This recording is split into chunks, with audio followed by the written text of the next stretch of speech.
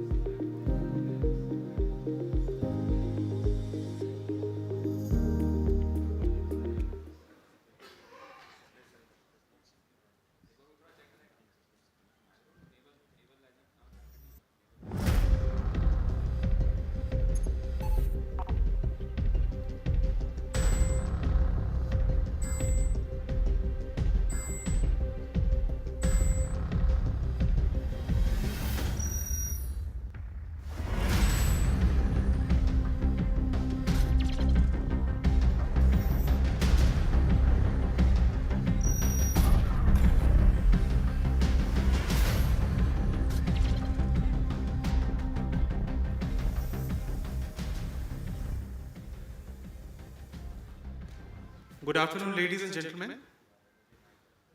I welcome you all to this very important seminar. And this particular topic, I may like to mention on the engine manufacturing for aircraft, ships, UAVs and drones has been curated by the Chief of Defense Staff himself and his office. And you can imagine the importance of this particular topic in the journey of Atmanirbharta, self-reliance. On behalf of FICCI, I would like to thank CDS and his office to curate this particular topic and allocate this particular topic to FICCI to build a seminar on it. So we are really thankful to you, sir. Now I would like to invite on the dais dignitaries for the inaugural session.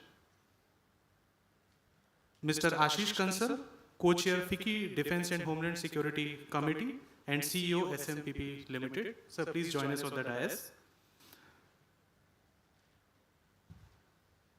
Vice Admiral Vatsayan, DCIDS, PP and FD, Headquarters IDS. Sir, kindly join us on the dais. Colonel Sanjeev Punia, Director, Defence and Aerospace, FICCI. Thank you, sir.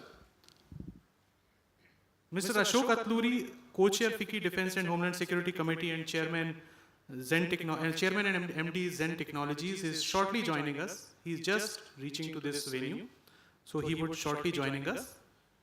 Also, Mr. Ankit Mehta, he is co-chair of FICCI Drones Committee and CEO Idea Forge Technologies Limited. He would also be joining very shortly to this dais. As you may be aware, a lot of parallel engagements are going on at this venue right now. So these two gentlemen will shortly join. So with this, I would now like to welcome our dignitaries who are on the dais to kindly join us for the lamp lighting, which is, as per our tradition, is the best way to start any productive work, any productive discussion. So I would like to invite Vice Admiral Vatsayan, Mr. Ashish Kansal and Colonel Sanjeev Punia to kindly join us for the lamp lighting. May I request my colleagues to help us for the lamp lighting?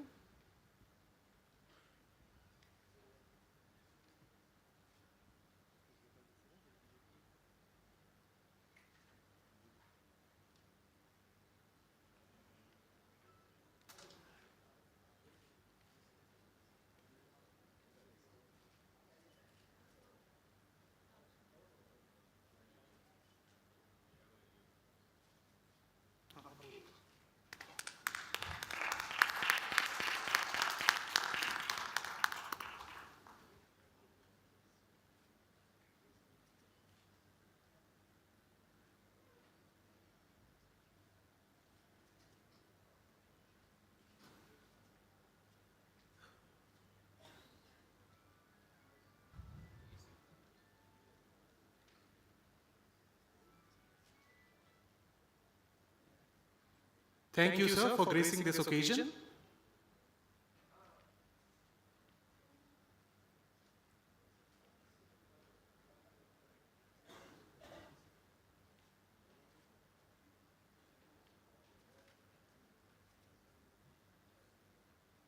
Thank you, sir.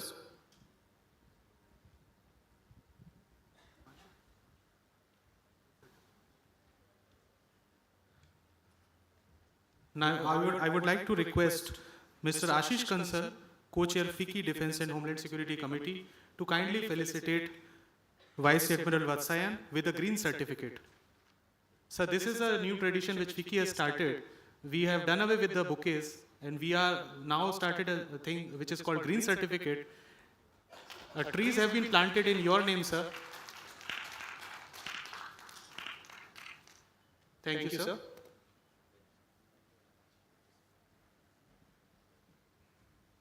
Now I would hand over the dais to Mr. Ashish Kansal and would request him to kindly deliver a welcome address. Over to you, sir.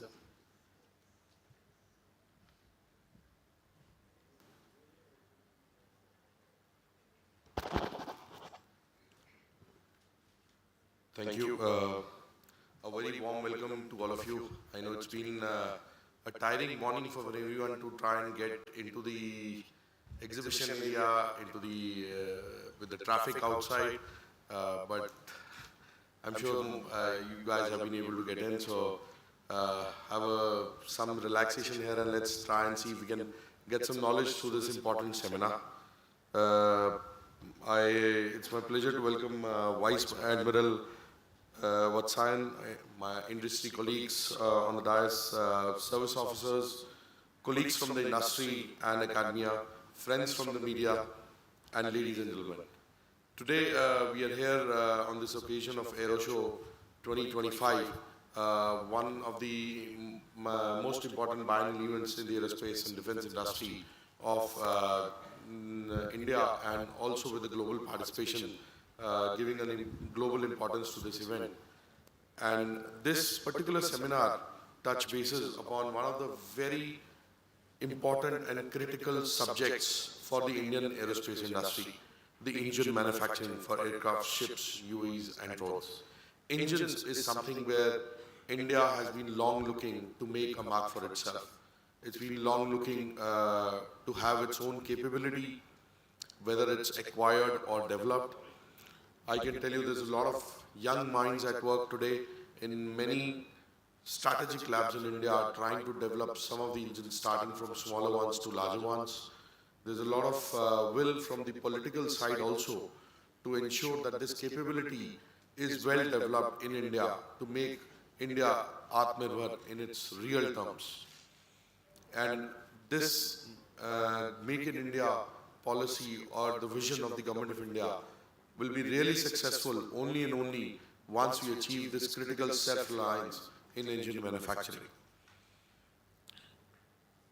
As we know, India is one of the fastest growing economies in the world today, and as so is its defense industry. The domestic industry in India has grown at an ample pace from what we have seen in the last 10 years. We have seen many different ecosystems which have stepped up in India. We had virtually almost nothing when it came to a startup system, which is now a very vibrant and very fruitful ecosystem which has developed, which is giving a lot to the Indian Armed Forces also, and not just has been left at the level of startups.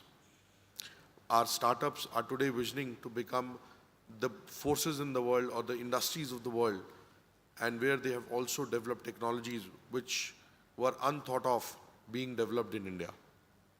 So is our MSME sector, which is also now taking its wings to become larger industries and developing not just subcomponents, but becoming partners in developing platforms or going on their own into manufacturing and production of platforms. Indian defense industry is thankful to the Government of India for its unwavering support, without which this kind of a transition would not have been possible.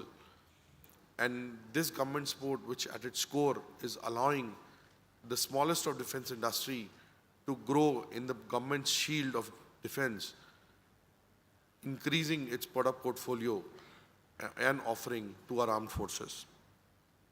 Whether it comes to providing regular orders or providing assistance in terms of global forecasting or global exposure, Government of India is today helping out industry in all its aspects. When we see sitting on from the industry side, we've seen these policies change in the last 10 years, the way it was never expected for. And today, we see that these policies are working. So our dream today of making our own engines for the aircraft, for the naval ships, I don't think so it's a distant dream. I think it's a very much realizable dream. Today we have gathered to discuss some more critical and in-depth points in this field, and I will not take much time before we can get on with the subject. I just welcome once again all of you to this important seminar, and I hope you go after this seminar as a much more well-informed, and we all go as a more educated person from this seminar in this particular field of engines. Thank you. Thank you everyone for joining us. Thank you very much, sir, for setting the context for this session. And you very well highlighted the political will for Atmanirbhar Bharat and what kind of role the industry and especially the startups are playing for capacity development for platforms and subsystems. So thank you for setting the context. Now I would like to invite Vice Admiral Vatsayan, DCIDS, PP and FD, HQ Headquarters IDS, for delivering the inaugural address. Over to you, sir. Thank you.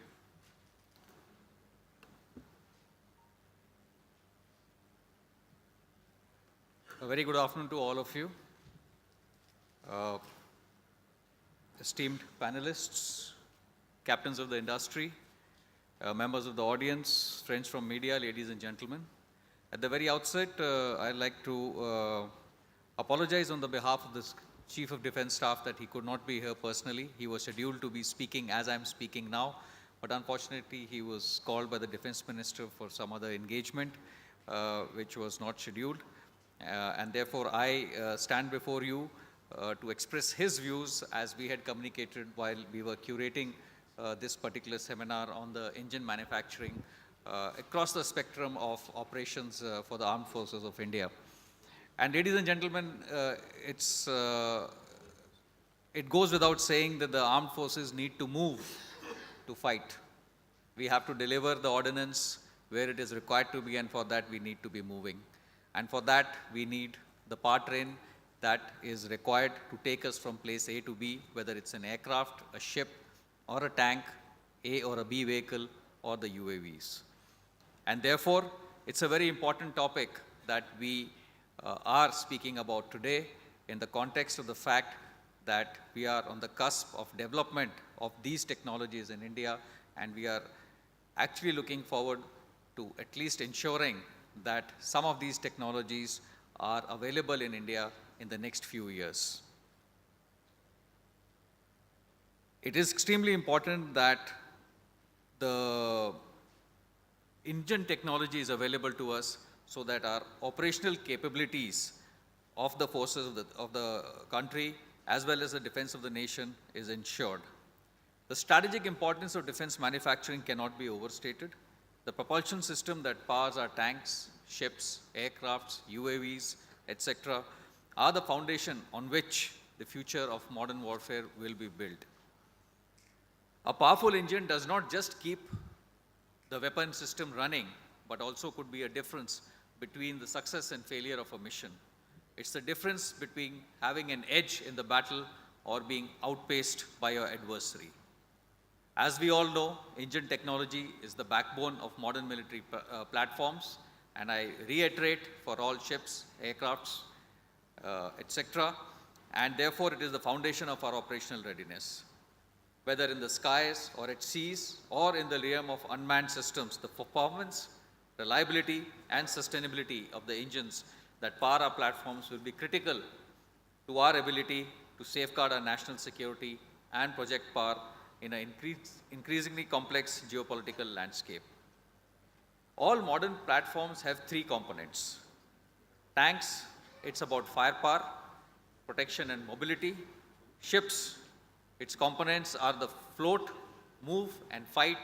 And for aircraft, it's the speed, maneuver and firepower. Mobility is the most essential component in all fighting platforms. As I said earlier, we need to reach where we can let go of the weapons. It is essential for mission accomplishment as well as survival in combat. Thrust or acceleration is required for combat maneuver. It is applicable to all types and forms of platforms being used in the modern armed forces. This makes power packs of combat platforms different from commercial ones, where uniform speed, long endurance, and economy due to fuel consumption is important.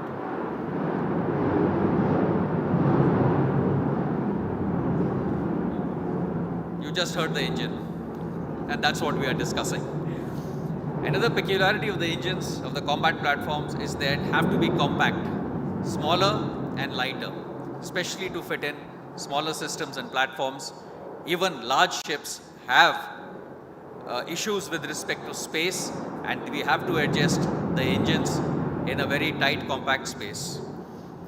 As I said earlier, in tanks, it's a combination between three competing parameters of firepower, protection, and mobility.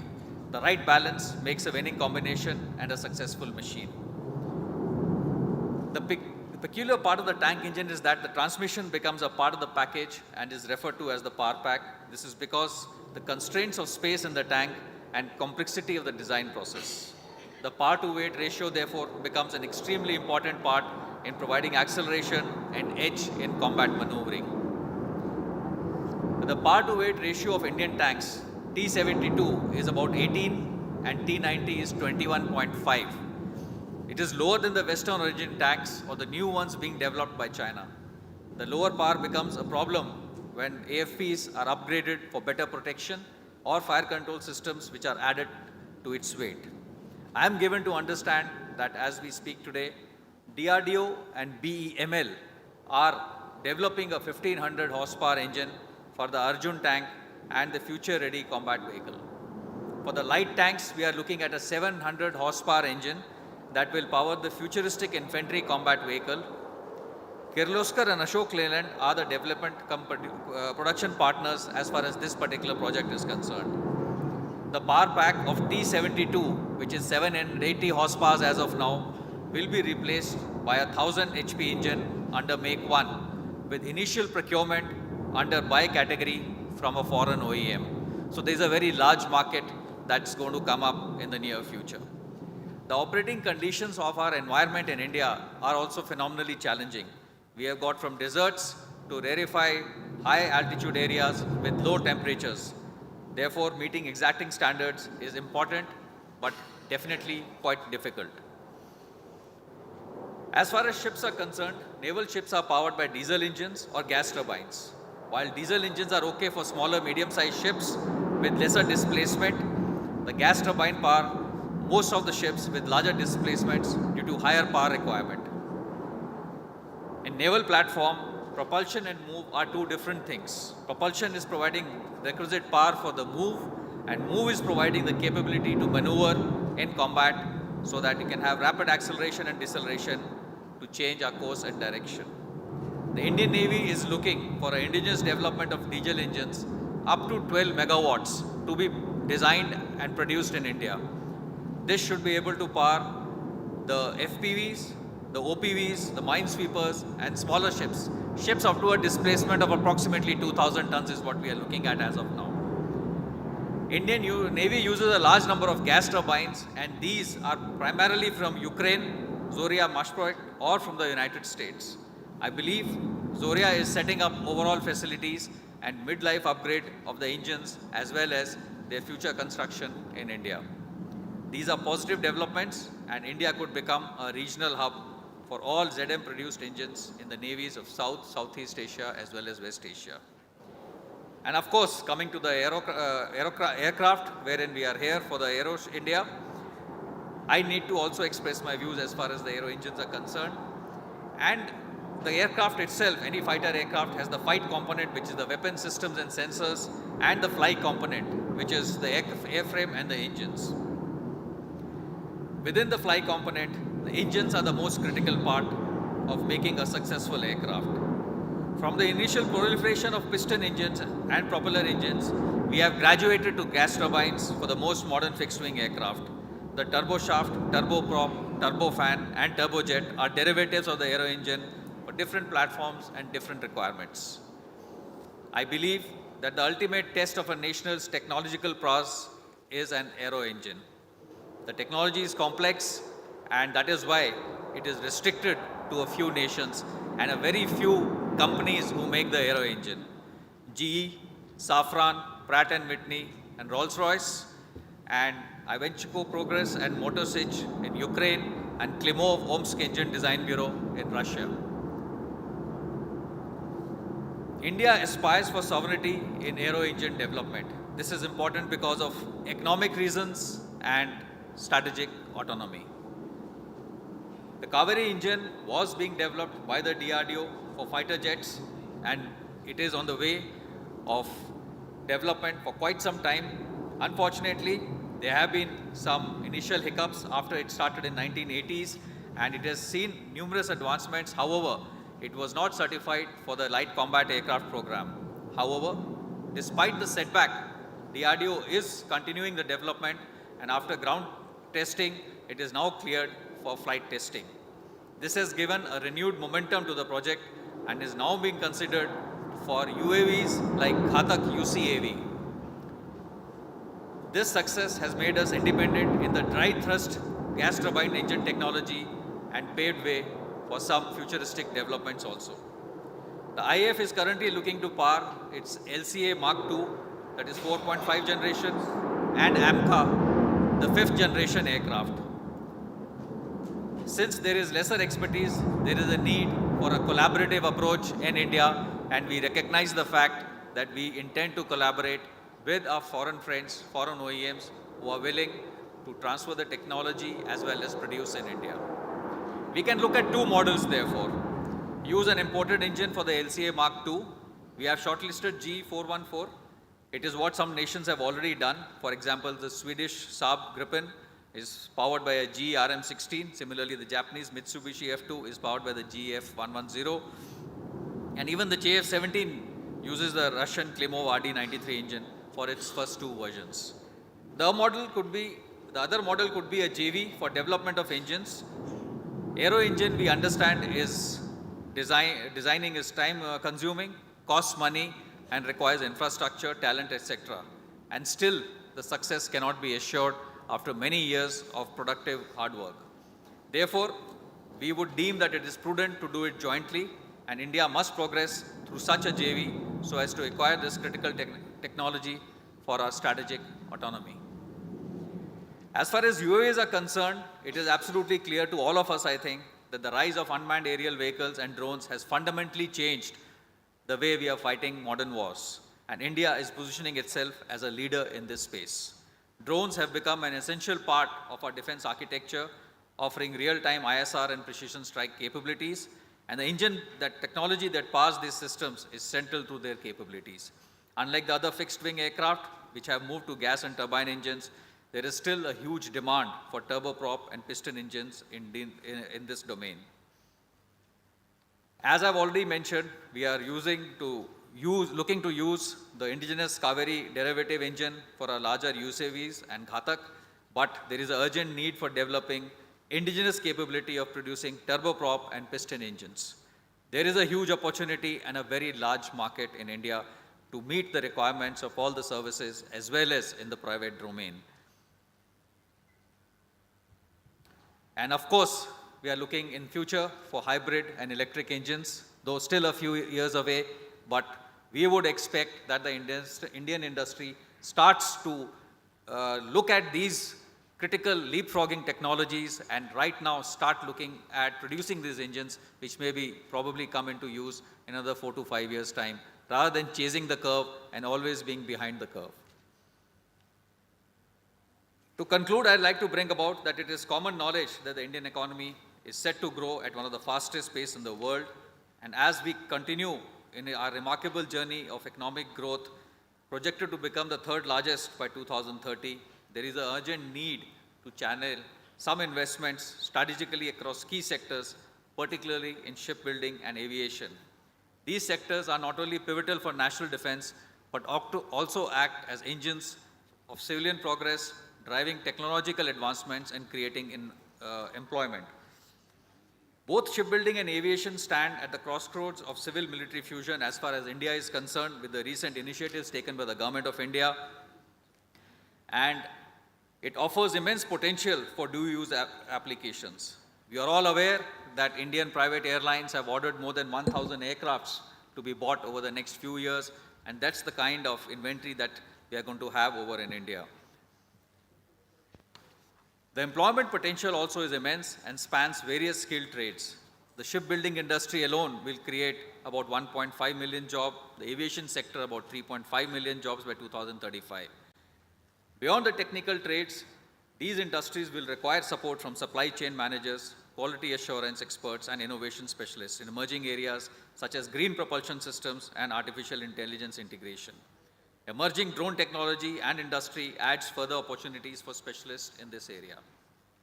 By fostering this growth, we are not only going to create over 5 million high-value jobs, but also develop a workforce that derives innovation and competitiveness in global markets. The path ahead requires collective efforts of public and private stakeholders to collaborate, innovate, and invest in building indigenous capabilities. By doing so, we will not only secure our nation's defense requirements, but also contribute meaningfully to India's rise as global manufacturing powerhouse. Together, we can build a future where India's technology and industrial might leads from the front. Thank you. Jai Hind. Thank you very much, Vice Admiral Vasayan, for delivering your keynote address. Sir, I would also thank you for sharing the message from CDS directly, and this shows the commitment from his side, from the leadership itself, to this particular subject. And this acts as an encouragement for all of us, Indian industry, as well as our partners in, from foreign OEMs, to explore the ways for the partnership in this particular area. Sir, you touched upon the technical, or shall I say the practical difference between the commercial and the defense grade engines, and why do we require that particular capability from the user side. So with this, I would like to thank once again Vice Admiral Vasayan for joining us, as well as for sharing his vision on this particular topic. Now I would like to request Mr. Ashok Atluri, Co-Chair FICCI Defense and Homeland Security Committee and Chairman and MD Zen Technologies, to kindly deliver a vote of thanks. Vice Admiral Vasayan, DCID, HQIDS, Air Marshal B.R. Krishna, industry colleagues, service officers, colleagues from industry and academia, friends from the media, ladies and gentlemen. It's a privilege and an honor to deliver this vote of thanks on behalf of FICCI.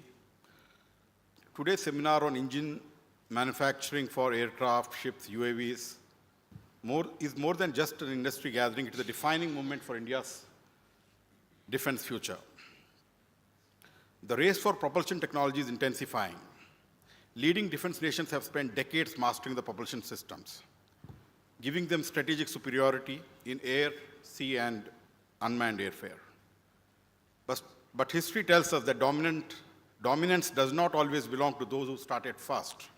It belongs to those who innovate faster. This is India's moment to take the lead.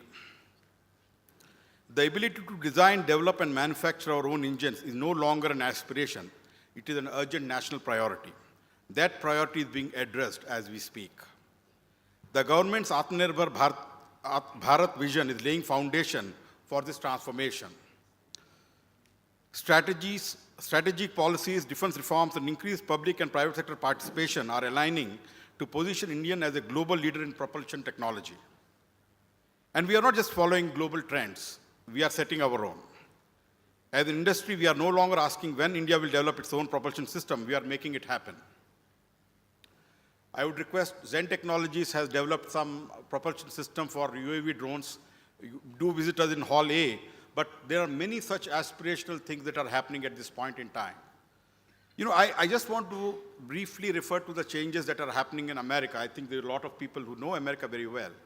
But Elon Musk is going after the Pentagon now, after doing many other things. What's going to happen there?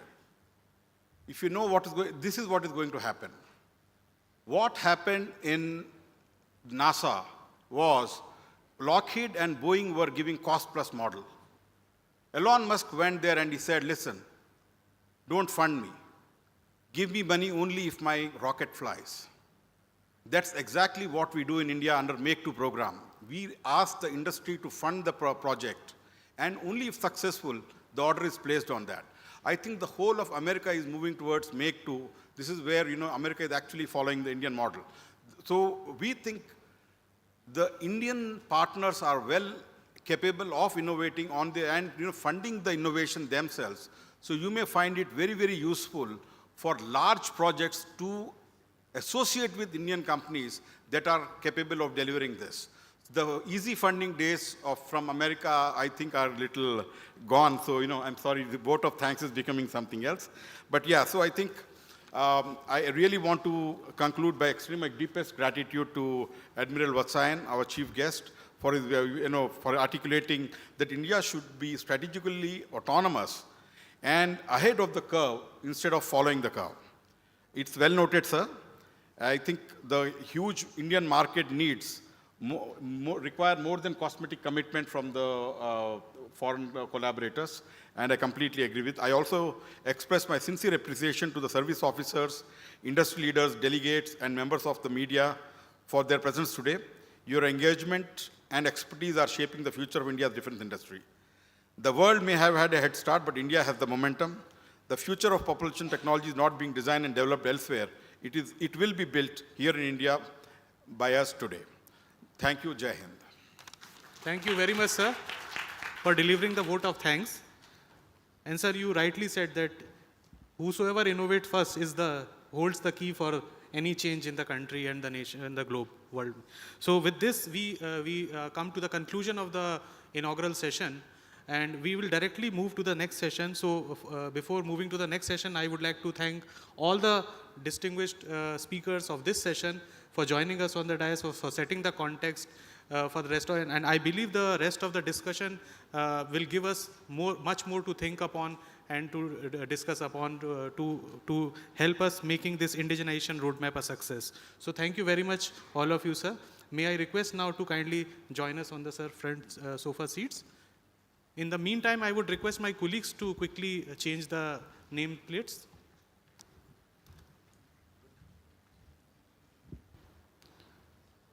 So while my colleagues are changing the nameplates, I would like to inform you that the panel discussion 1 on the design and manufacturing of aircraft engines, policies, tech capabilities, and skill sets to strengthen ecosystem in India.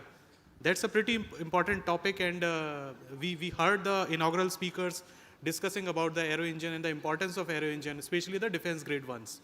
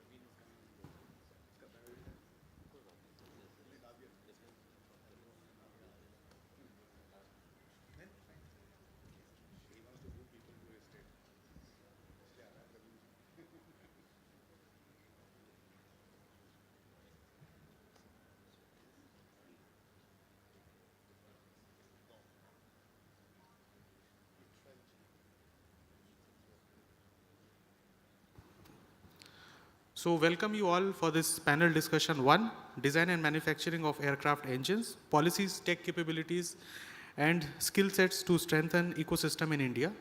To moderate this particular session, we have with us Air Marshal B.R. Krishna, PVSM, AVSM, SC. Sir, may I request you to kindly join us on the dais, please?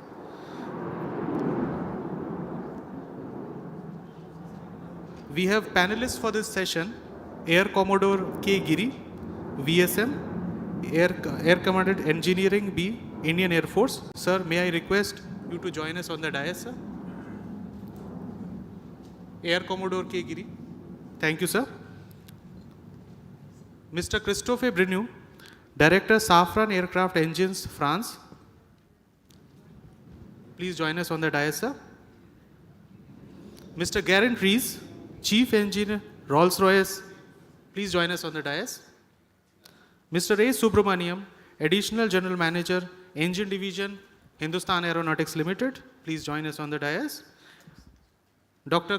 Subrata Das, Outstanding Scientist, Gas Turbine Research Establishment, DRDO. And also we have with us Mr. Praveen PA, Director, Aerospace and Defense, Government of Telangana. Praveen ji, please join us on the dais. Thank you.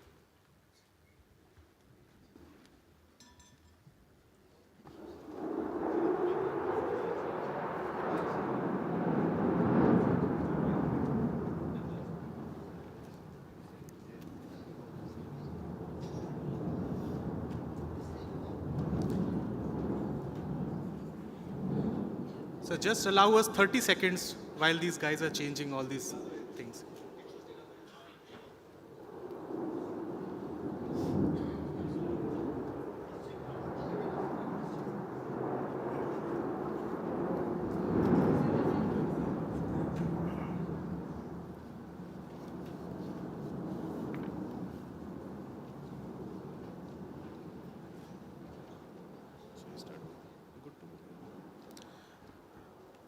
Now to welcome the moderator of the session, Air Marshal B.R. Krishna, I would like to invite Colonel Sanjeev Punia from FICCI to welcome him with a bouquet of flowers.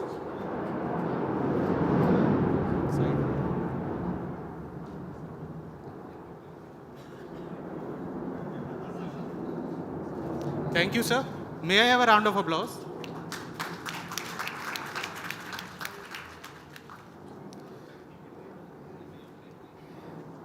Air Marshal B.N. Krishna needs no introduction. He is a distinguished veteran with more than 40 years of services, specialized in fighter operations, test flying, and strategic defense leadership. A graduate of the National Defense College, he is also a qualified flying instructor and experimental test pilot. He has been honored with Param Vishisht Seva Medal, Ati Vishisht Seva Medal, and Surya Chakra. Sir, may I request you to kindly moderate this particular session? Thank you.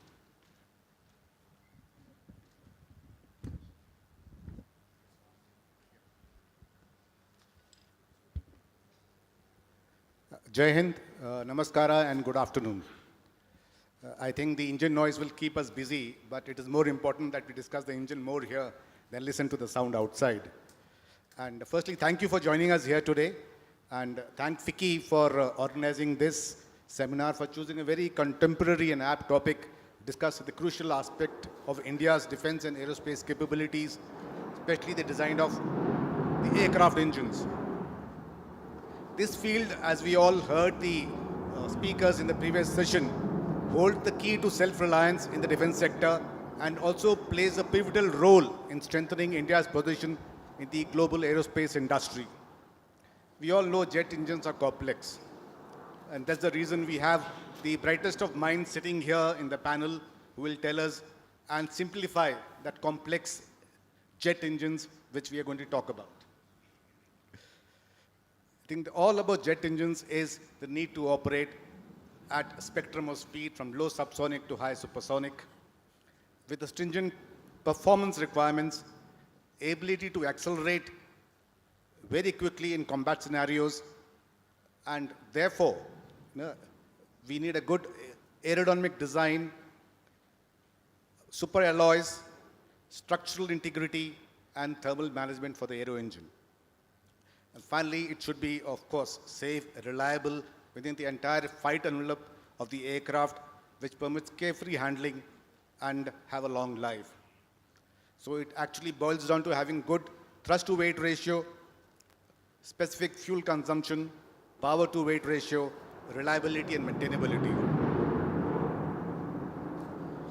As brought out earlier, I think India has been grappling to develop its own jet engine, and there have been challenges over the last 3 decades. But the thrust for and the initiative to become Atmanirbhar Bharat and Make in India, I think it is now we are at the cusp that we need the aero engine more urgently than ever before. And there's a renewed thrust, and I think there's a government push also to support this ability for the country to have its own aero engine. And we are looking at partnering or collaborating with the foreign OEMs, and we have lucky to have some of them here on the stage, and we, of course, we'll listen to their views. So what I'm going to do is, since we have the brightest minds, I'm not as bright as them in aero engines, I'll give them the chance to tell you more about it. So I will just introduce my panelists. So we have from the Indian Air Force, we have Air Commodore Giri, Vayu Sena Medal, and I have a pleasure that we worked together when I was in service, and he has been working on the Jaguar and the Mirage platforms for quite some time, and especially on aero engines. He is posted to Air Headquarters and looking after the fleets of the Western Origin. And he has over 30 years of experience, both in field and staff appointments. And presently, also he has worked as Director Acquisition within the MOD. Next, we have Mr. Christopher Bruno, Vice President of Military Engines of Safran Aircraft Engines, oversees military engine production, including M88 fighter engines, which is on the Rafale, R&D, and the new generation fighter in the Europe's Future Combat Air System program. Since joining Safran in 2004, he has been a key aerospace projects including TP400 turboprop program and held CEO and roles at AES GmbH and EPI GmbH. Next, we have Geraint Ries from the Rolls-Royce.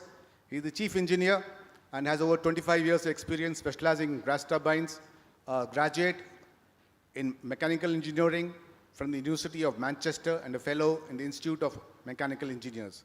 He led propulsion system development for trainer, combat, and transport aircraft, currently oversees creation of next generation gas turbine concepts and demonstrators.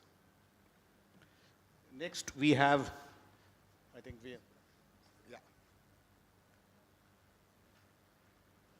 Shri A. Subramaniam. He's a AGM with HAL with a MTech in IC engines and gas turbines from IIT Madras, and he's ex-PGDM from XIME Bangalore.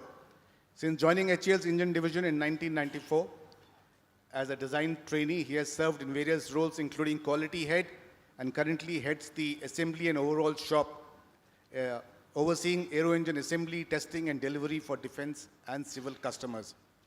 He is a certified lead auditor for ISO 9001-2008 and holds quality management system approvals from DGQA and DGCA. Next, we have Dr. Subrata Das. He is a project director of gas turbine research at the GTRE, DRDO, holds a bachelor degree in mechanical engineering from IEST Shivpur and doctorate in technology management from VTU Belgaum. With over 3 decades at DRDO, he specializes in technology management, engine component manufacturing, and project execution. A recipient of the DRDO's Agni Award for Excellence.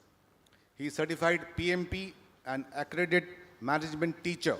Dr. Das has over 18 publications and serves as a visiting faculty in the technology management across DRDO labs. And finally, we have Mr. Praveen P.A., Director, Defense in Aerospace from Government of Telangana. I'm sorry I don't have your... So when you give a talk, I request you to introduce yourself and give a little background about yourself. So what we'll do is the format is we'll allow each panelist to speak for about 4 minutes, and then we'll proceed with question and answers. So I will start from my right. I will request Commodore Giri to be the first one to speak.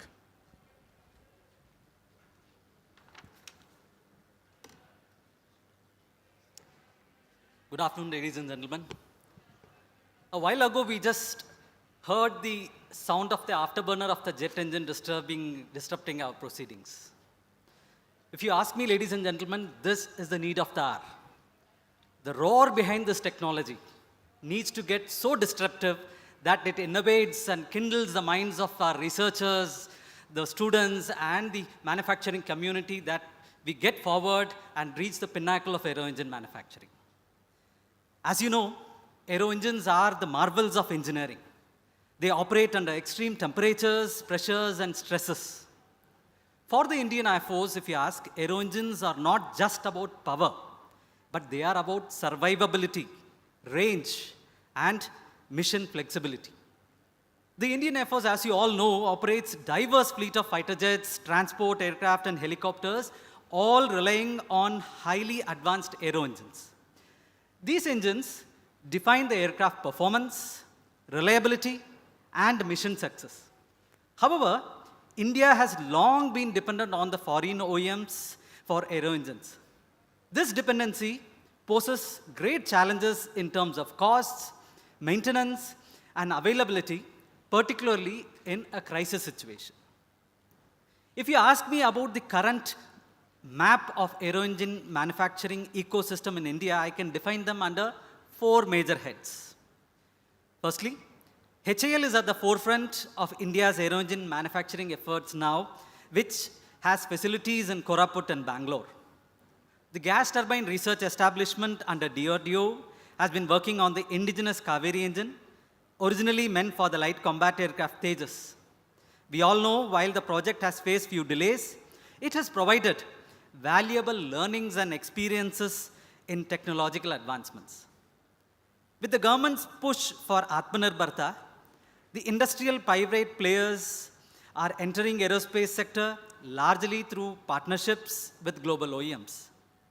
India has explored collaborations with global engineering manufacturers to go develop and produce aero engines locally. But there are huge challenges in indigenous aero engine development. Number one, if you ask me, is technological complexity. Aero engines are among the most sophisticated engineering products ever seen by mankind, requiring expertise in metallurgy, thermodynamics, and advanced manufacturing. Aero engines demand mastery of single crystal turbine technology, turbine coating technology, and precision manufacturing. The next challenge which I can think of is funding and the R&D gaps. Significant investment in research and development is required with long gestation periods before achieving operational success. The next is supply chain and materials. Dependence on imported critical raw materials and components limits India's self-sufficiency. Last but not the least, testing infrastructure. Developing advanced testing and certification facilities within India is crucial for reducing reliance on foreign validation process. So with all these challenges, what is the way forward? Number one, we need to enhance R&D efforts. Increased investment and collaboration between DRDO, HAL, academic institutions and private players can accelerate innovation. Strategic partnership with global leaders in aero engines can facilitate technology transfer and co-development. If you ask me, skill development is the key. Training programs and knowledge sharing initiatives will be essential for building expertise in advanced propulsion technologies. Policy initiatives is obviously very important. The government's initiative to provide incentives, reduce bureaucratic hurdles, that is, give ease in business, and to ensure sustained funding for long-term projects will go a long, long way. So what are the future prospects? The development of a reliable indigenous jet engine is essential for India's 5th and 6th generation fighter aircraft programs, including the AMCA program. To conclude, I would say aero engine manufacturing is not about building missions. It is about building technological sovereignty. Every indigenous engine tested by the Air Force is a step towards securing our skies and asserting our place in the global defense ecosystem. For the Indian Air Force, remember, ladies and gentlemen, indigenous aero engine manufacturing is not a technological aspiration or an option, but a strategic necessity, and hence it is an existential crisis. Achieving self-reliance in this domain will enhance our operational readiness, reduce dependency on foreign suppliers, and reinforce India's position as a global aerospace hub. While challenges exist, a focused approach with the government, industry, our research institutions, all working together can propel India towards a future where our fighter jets fly on engines designed and built in our own country. One of our senior veterans had quoted, "The next war will be won by those who control technology."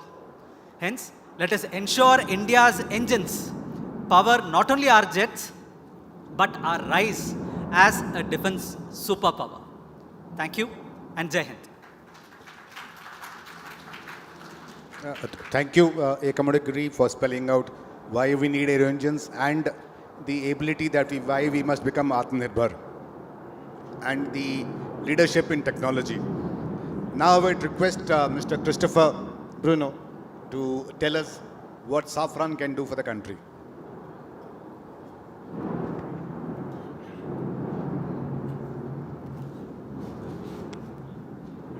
Air Marshal, dear member of the panel, first of all, thank you very much for the invitation and give me the opportunity to tell you about what Safran, how Safran can contribute to the Indian sovereignty, to the Atmanirbhar Bharat. The Safran collaboration with India is a long cooperation. We are collaborate and we have partnerships since more than 65 years. And we started to contribute to your sovereignty with space activities when we transfer some technology in space sector with the transfer of the Viking engine on Ariane 4, which was dedicated to the VCAS engine. When we talk about sovereignty in propulsion, it can only be through the construction of an ecosystem. And we are thinking that this ecosystem should be built with the civil activities and with the military activities. Therefore, when we started to implement Safran aircraft engine, we started with the civil side. We want to set up, our strategy is set up on 4 pillars. The first one is education, because you need to have trained people in terms of technicians, engineers. But the second pillar, you need engineering activities and engineering. And the third pillar, production and maintenance. The first 2 pillars are very important because they will, on a long-term basis, support the 2 next one. You need engineering centers, engineering activities to support your production and to support your maintenance MRO activities. In this context, Safran developed different partnerships. As I mentioned, we start with the civil sector. We set up an MRO shop for the LEAP engine. I have a big competitors upstairs. civil sector with an MRO shop, which will be the biggest Safran MRO shop. We will have around about 1,500 people working in Hyderabad with the support of the government of Telangana. And we will also open a training center in order to educate and to train people which will be the future workers in the civil MRO shop in Hyderabad.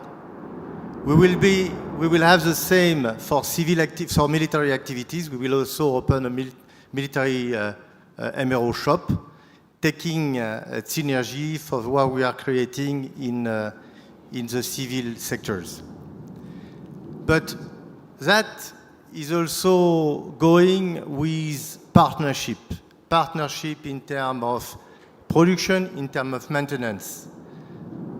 Production, we already work with various companies. We talk about HAL, we talk about Tata, we talk about PTCs, and various other companies which we are already setting up some partnership in civil and in military activities. Of course, production will also help our activities in terms of maintenance in MRO, and our vision is to set up here in India an MRO shop which will also constitute a regional and international hub for especially M88 for the Rafale engine. Next but not least, engineering. Engineering, as I told you, will work for production and maintenance, but will work also for future projects. I hope that Safran will be selected for. We talk about AMCA, for example, but we have also some other projects which want to develop with the DRDO, GTRE, which are, I will say, a very old partner in India for between Safran and them for development of propulsion engine. Thank you very much. Thank you, Mr. Christopher Bruno, and your observations on how Safran is supporting India in terms of aero engines and also setting up regional hub for MRO. Thank you. Now I would request Geraint Rees to tell us as to what Rolls-Royce is doing in India and how you want to support India in future.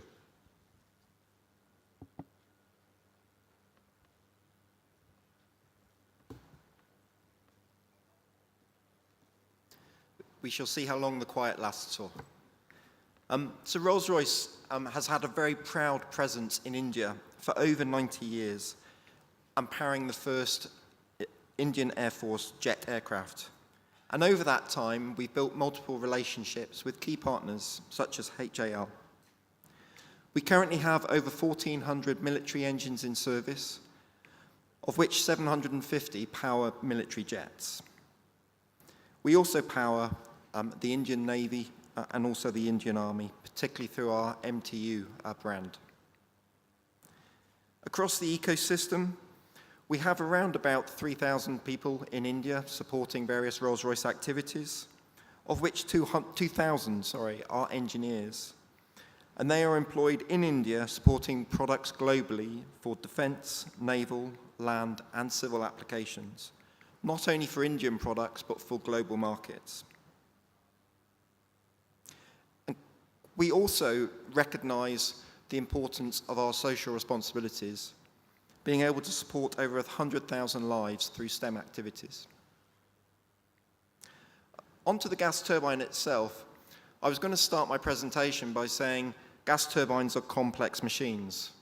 But sir, I actually prefer your description. They are marvels of engineering, so thank you for that. They are critical for the successful performance of the platform, providing power and propulsion. And as was said in the inaugural address, they really give the warfighter the edge in the battle space, be that in a turbofan, turboprop, or turbojet application. Within India, it's been great to see their vision, recognizing the importance that critical technology areas play, and the support that the Indian government has provided through that, particularly through the DRDO and their associated design houses and labs, particularly the Gas Turbine Research Institute. It is really important to recognise that to develop gas turbines, you need to have the appropriate infrastructure, skills, and knowledge to develop them. And since my involvement within India, it's been fantastic to see the learning culture and also recognising that aerospace provides an opportunity to enhance skills. To accelerate this learning, it has also been encouraging so far this afternoon to hear a number of speakers talk about the need to collaborate and cooperate and partner either at government or organisational levels to be an enabler to accelerate that learning.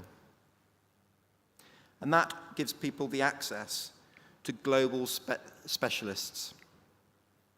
I think as well, we've often talked historically about the technology transfer. It's perhaps also important to think about that in terms of a transfer of capability. Transferring not only the know how to do things, but the know why you're doing it. And in that way, it expands the remit of Make in India to a design and develop in India for the rest of the world. It doesn't also then stop at design. We need to think about engaging with the supply chain, be it for production, manufacturing, or assembly opportunities. And again, working in collaboration for mutual benefit. Here, we're able to build on established capabilities, be it for casting, forging, precision machining, fabrications, or special processes. And we in Rolls-Royce are currently integrating the capabilities of India into our global supply chain. Thank you very much. Thank you, Mr. Reeves, and for updating us as to how Rolls-Royce has been supporting Indian Air Force and India over the last 90 years. Now I would go to my co-panelist, Mr. Krishnaya, to speak on what HAL is doing to support the aviation aero engines, both civil and military. Good afternoon to everyone. HL, as a HL engine division, we started manufacturing engines from 1957 onwards. We are manufacturing both the aircraft and helicopter engines, that is turbojet, turbofan, turboprop, and turboshaft engines. These engines, we are totally almost now, we have ROH, we have done more than 18,400 engines, and also we have manufactured under our DOT and also indigenization around 3,400 engines. We have skilled manpower around 1,323 members. They are all well trained, this one. And also we are almost handling the 10 projects. It's say the 10 engine project that covers both aircraft engines and also helicopter engines. For say, Adur 811 and 804 for Jaguar aircraft, Adur 871 for Hawk aircraft, and Garrett engine for Dornier, and Sakti engine for ALS Mark 3 and 4, and Artus engines for Cheetah Chetak, and TM333 2B2 engines for Mark 1 and ALH Mark 1 and Mark 2.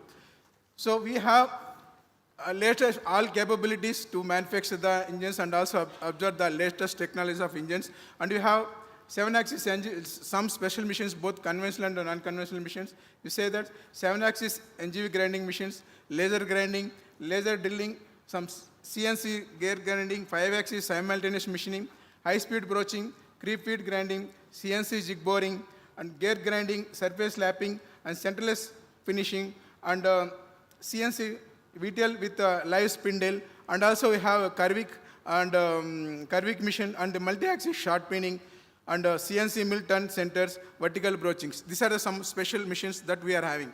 And also we have both special processes like a heat treatment process and NDT activities. And also we have dedicated lab to do any investigation or any metallurgical inspection. We have dedicated lab and dedicated trained manpower.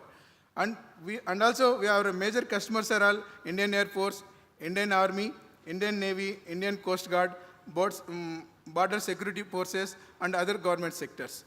So even though we have a lot of technology, yes, we are able to produce the engines within a period, but the only thing where we are lagging is TOT. TOT means we have, for majority of projects are all from the, we have taken from the TOT from the OEM, foreign OEMs. So even though 70% we are able to do the in time, but 30% you have to depend on the OEMs.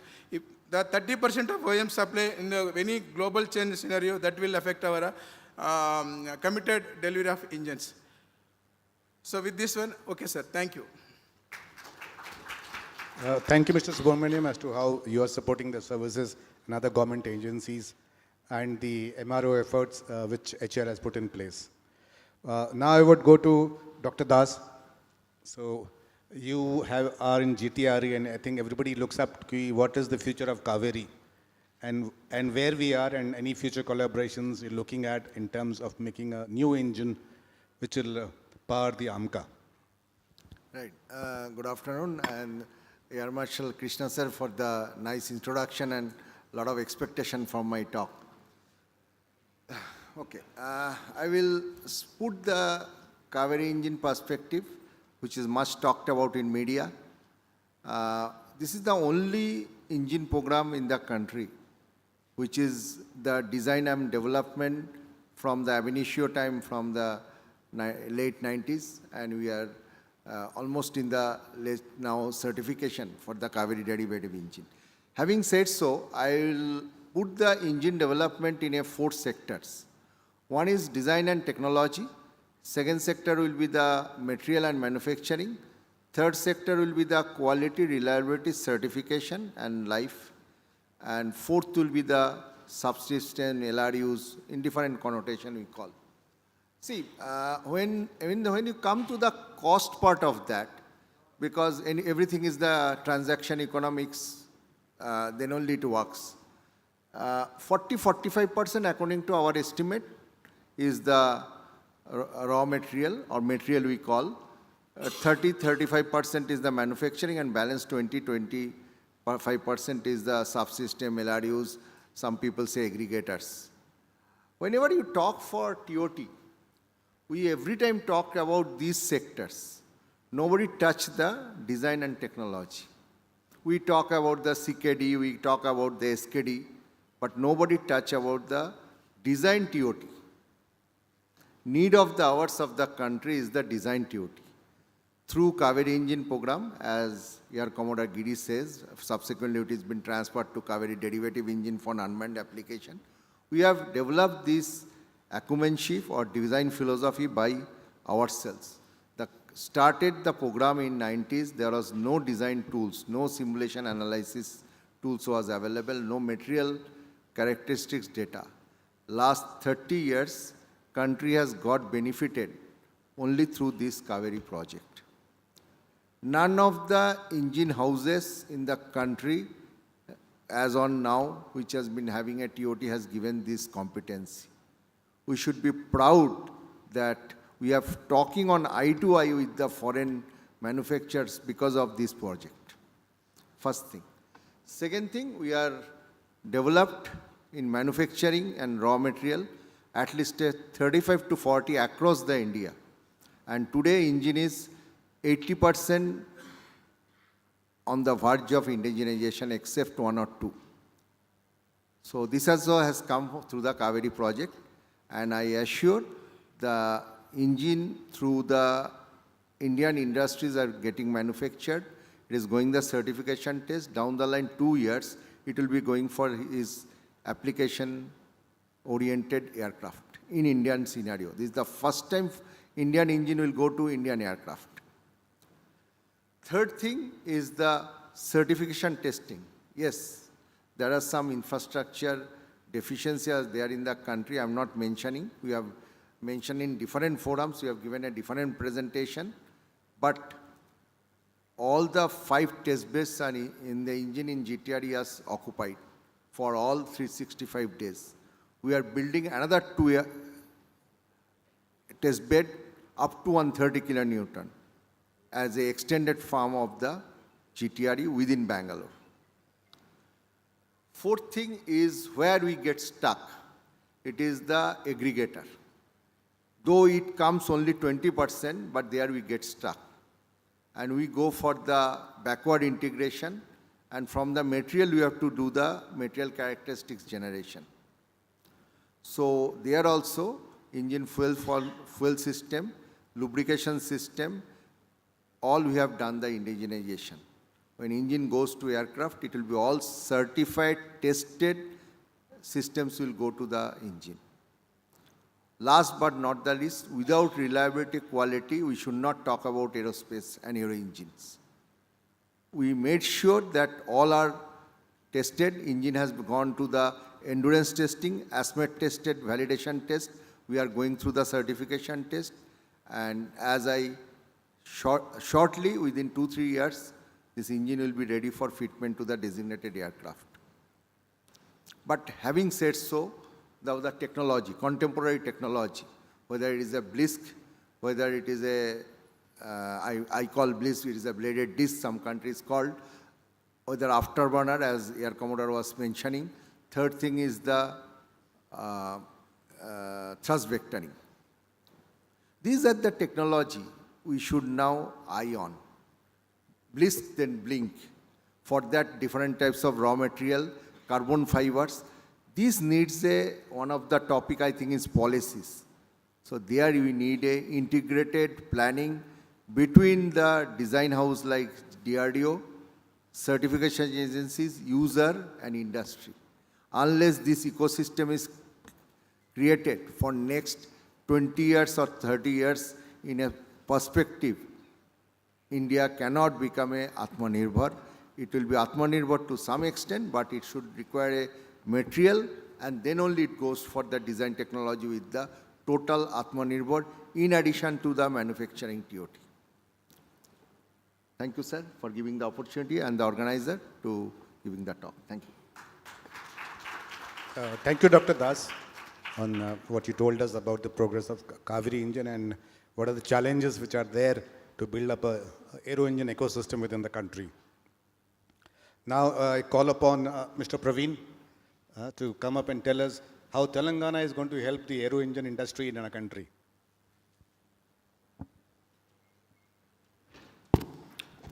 Good afternoon, everyone. Thank you, Air Marshal Krishna, and thank you, Vicky, for giving me this last-minute opportunity to present.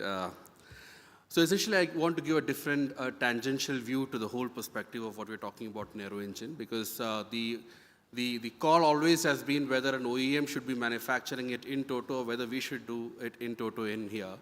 But over a period of, say, at least I've been in this role for Aerospace and Defense Director for Government of Telangana for the last almost 9 years.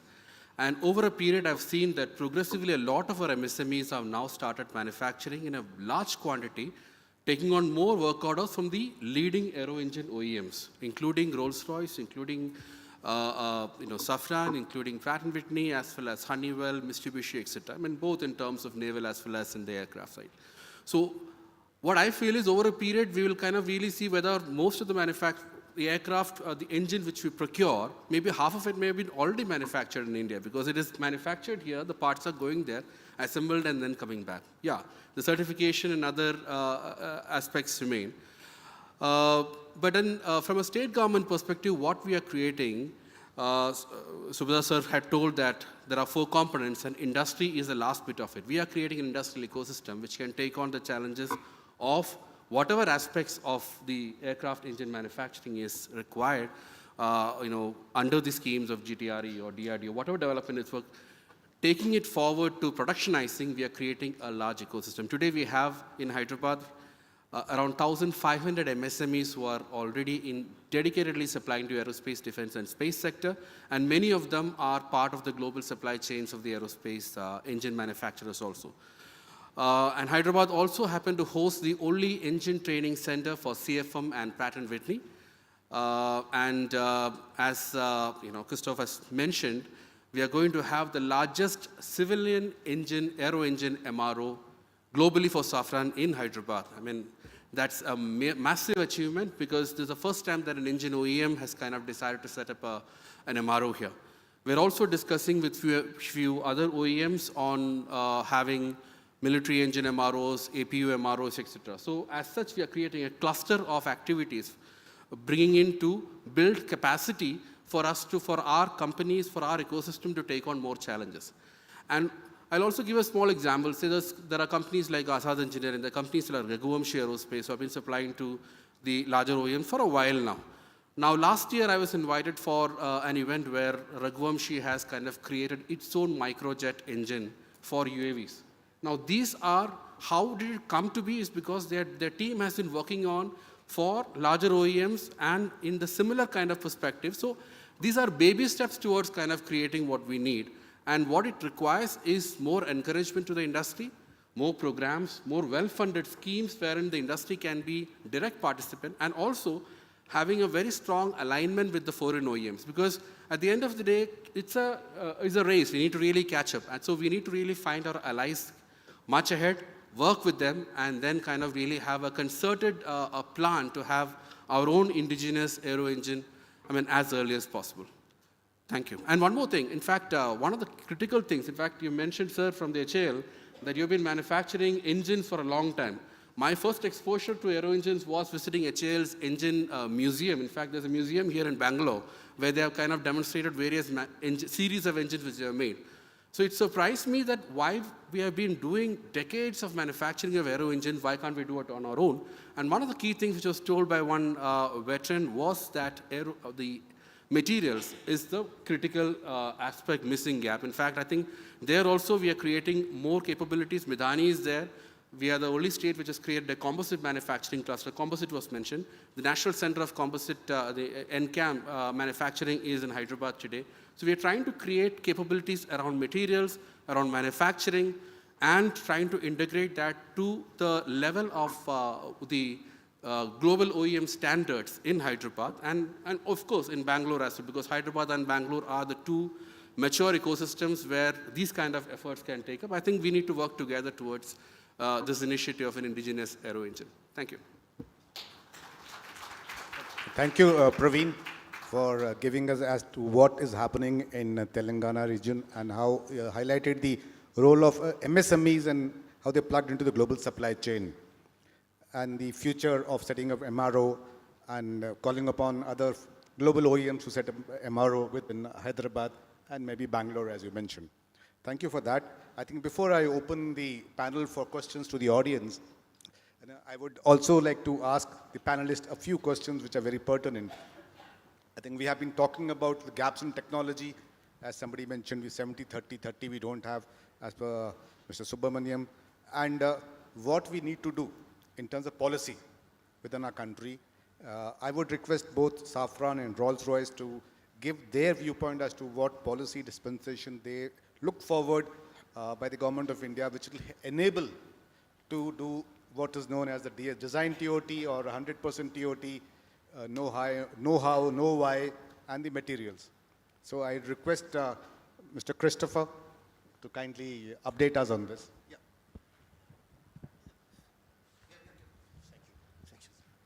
So for Safran, what we want to do, it's clearly, we want to share the technology which allow India to learn how to design, to develop, to manufacture, and of course to maintain later on the future engine in India. And for that, we need absolutely to make some co-development. It can only work by sharing the technology, the know-how, by working together. Meaning, if we are going this path, we need to have Indian in France, in the Safran, including in the Safran team, of course, and Safran people in India with our partner, especially DRDO, GTRA, and the Indian industry. That's the only way to learn fast this kind of technology, especially complex technology in propulsion.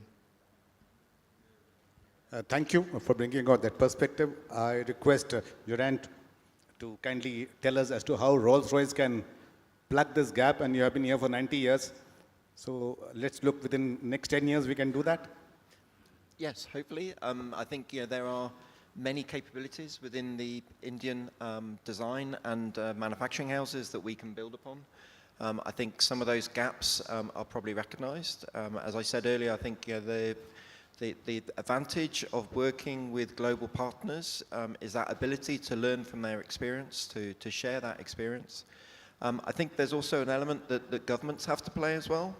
So it's not only about the intellectual property and the skills that we have as companies and as organisations, but the government relationships can support that element as well, and to ensure that there's a correct balance of risk and in terms of being able to share that.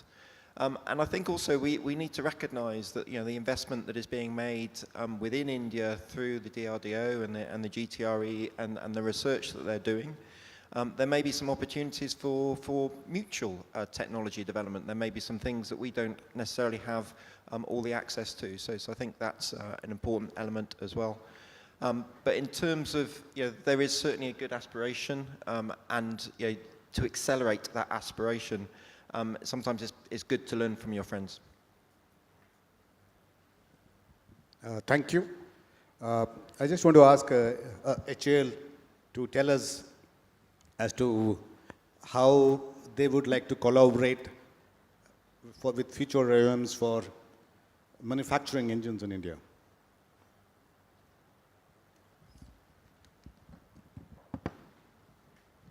Yes, sir. It's working.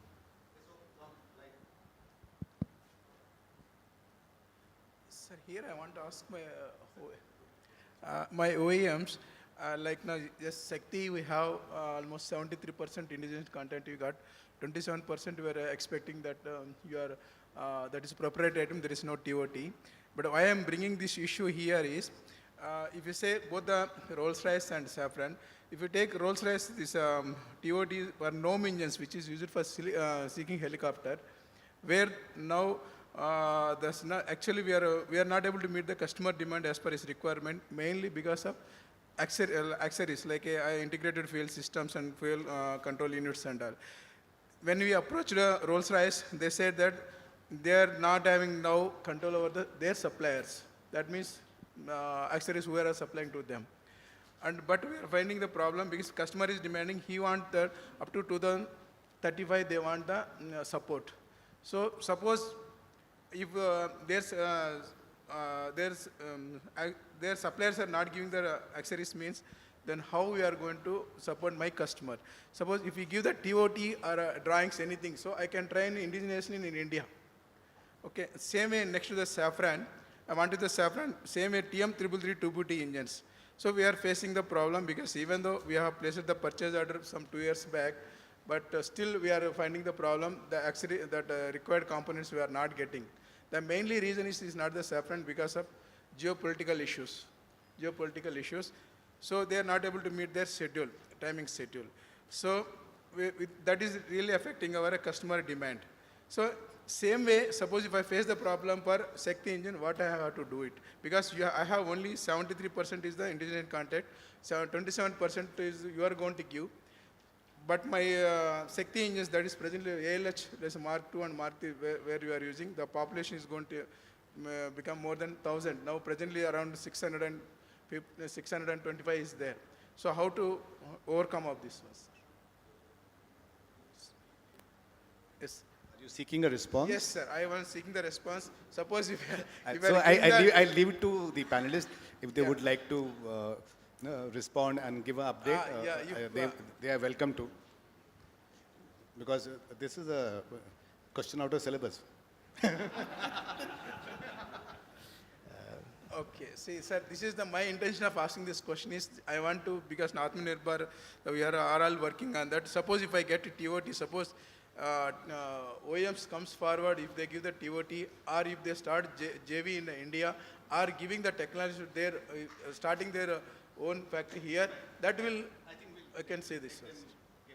I'm not in charge of the helicopter engine, but I can tell you the line of Safran. It's clearly, as you mentioned, the geopolitical is playing a big role. What I can tell you is, as far as the jet engine are concerned, I have all the authorization on the French government, especially DGA, to organize the cooperation with DRDO and GTRE. On helicopter, I do not know the details, but I can have a look with my colleagues. But you're right. We need to have, in this kind of business, especially on military business, we need to have the export license and all authorization accordingly, which is normal. Yeah, in jet engine also we have an issue like a. I would request you to discuss this after the seminar is over, because we have to allow other people to ask questions. I would appreciate, I'm sure you keep meeting OEMs very often. I would request if you would like to add something onto how Rolls-Royce can support the challenges that HL is facing, about 27% of TOT, which they don't have, and how do you support their supply chain? Yeah, I mean, I'll try my best. I think I wasn't aware of that specific fact. I know some of the projects we work on, we work quite closely with HAL to identify what your needs are, particularly in terms of parts supply. And I think obviously there's opportunities for further engagement there. I think, you know, the key thing for me is just that strength in the long-term partnerships. And I think building on those long-term partnerships is really important to strengthen the ecosystem, and there are benefits to both sides. So anything that we can do to ensure that there is a mutual benefit, I think would be an excellent way forward. Thank you for that. I'm sure jointly we can alleviate these issues which are existing today, and maybe the customer will be happy in terms of getting the aero engines back into service and operational service. Now I open the house for questions from the audience, and would look forward to any questions, general or specific. Anyone? Please raise your hand so that our colleagues can circulate the mic. Check. Thank you very much for the organizers and the chair and the panelists. My name is Sutan David Rajendra. I work for Pratt & Whitney from ATX. First, my comment here is, it was great to see the Tejas fly, which is Tejas indigenous aircraft, albeit with a GA 404 engine, and also proud to see the Sukhoi 30, which is, of course, a lot of manufacturing assemblies also, I think, done indigenously. And having said that, I was spending more than an hour looking at the Sukhoi 57, a marvel of an aircraft, and then walked all the way across to look at the F-35 as well. So I'm just waiting for the day where we'll get a chance to look at our indigenous AMCA, hopefully with an indigenous engine, albeit with partnership from either Rolls or Safran or any of our other partners. I'm waiting for the day where the AMCA will fly in the air show. Just a second, you said you're from Pratt & Whitney. Yes, sir. So how can Pratt & Whitney support it? That you're not saying? Yeah, I think that question is for my bosses, so I'll get back to you on that. So my question is for Air Commodore Giri and Dr. Subrata Das. So while we are working on this indigenous maybe co-development, partnership with our partners on the 5th gen engine, we have seen the Americans working on the 6th gen. I think they're talking about variable cycle. We're seeing the UK and Europe working on a more hybrid engine, more electrical engine, and more about thermal management and so on. Of course, I'm sure that our friends in Russia and our not so friendly neighbors in China are also working on their own 6th gen technologies. So while we work on developing our 5th gen technologies with our partners, how important is it from the Indian Air Force side to also look at the possibilities of 6th gen? I heard a rumor of potential partnership that was offered from one of our partners. So that's maybe a question to you, sir. And to Dr. Subrata Das, how do you think you can support from GTRE side as well? So is it a possibility that we can consider, if we can, I'm sure we're a long way through the 5th gen as well, but is there any use in maybe skipping a generation, jumping to the 6th gen? Thank you. See, firstly, you have to understand our entire acquisition policy of India. See, we have the long-term perspective plan, which is worked out for a period of about 15 years. So we not only see what is our level of technology vis-a-vis our immediate neighbors, it's whatever is the update in technology available globally. We would like to catch up with them with a perspective of a 15-year plan. Okay, this plan also gets condensed to a 5-year plan and hence a 2-year plan. So the entire acquisition management takes care of the entire part of it. No doubt, as a user, if you ask me, I would like to operate and maintain an aircraft or an equipment which is the best of the class in the world. Okay, so as per the government policies, and as and when our older equipment phases out, and when we get an opportunity to acquire newer ones, obviously we tap the available technology and we go ahead with that. Thanks. Yeah. See, there are two questions you have mixed up actually. The future generation technology, as I mentioned in my opening talk, like a BLISK, thrust vectoring, and other blink we are working. But coming to the second question, that fifth generation, sixth generation, this matters mostly on the stealth and the other maybe AI-based systems and all. Yes, I agree, we should work. Jumping technology, it is not easy. Scaling down, scaling up, this word comes. Jumping technology, it is not. Every technology is having its own characteristics, own nuisances. So that is not suggested. If you have to go for a fifth generation, you have to go for the radar absorbent material, radar absorbent paints. This has to be worked out. Then you go to sixth generation, that is maybe more, I can say, sensor based and all. That is another technology. So there are different, every technology is having its characteristic. So I hope I have answered your all questions. Thank you. Hello, I am Anand from Godrej.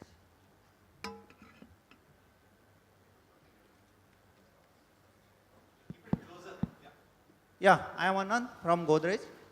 We are a manufacturing house and in a way involved with the design houses, the PSUs and the OEM, foreign OEMs also in some or other way for manufacturing. What I am having a question with the foreign OEMs is that we are working with you for some of the legacy programs and some of the mid-age programs.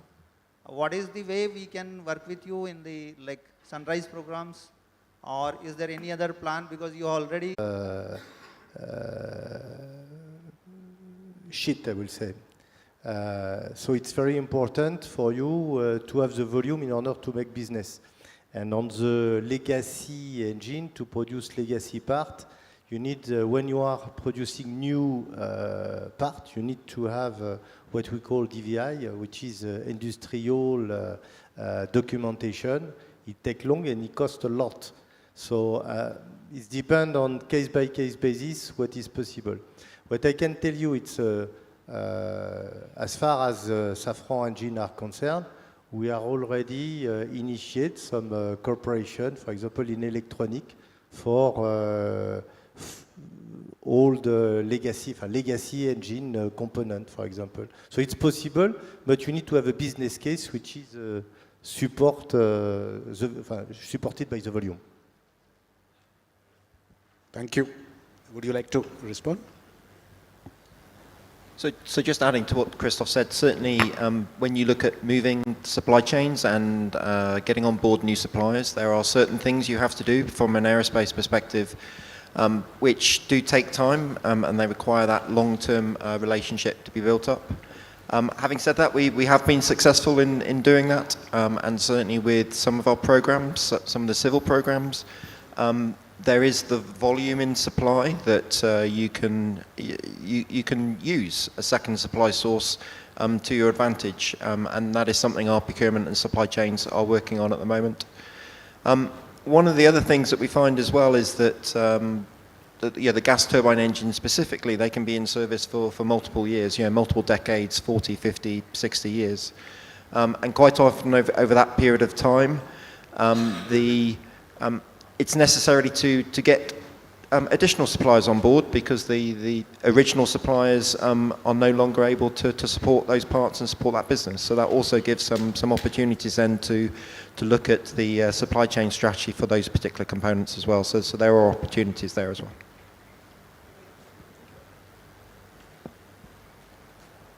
Good afternoon. I'm Prashov. I'm from Jane's Defense. It's a three-part question, actually.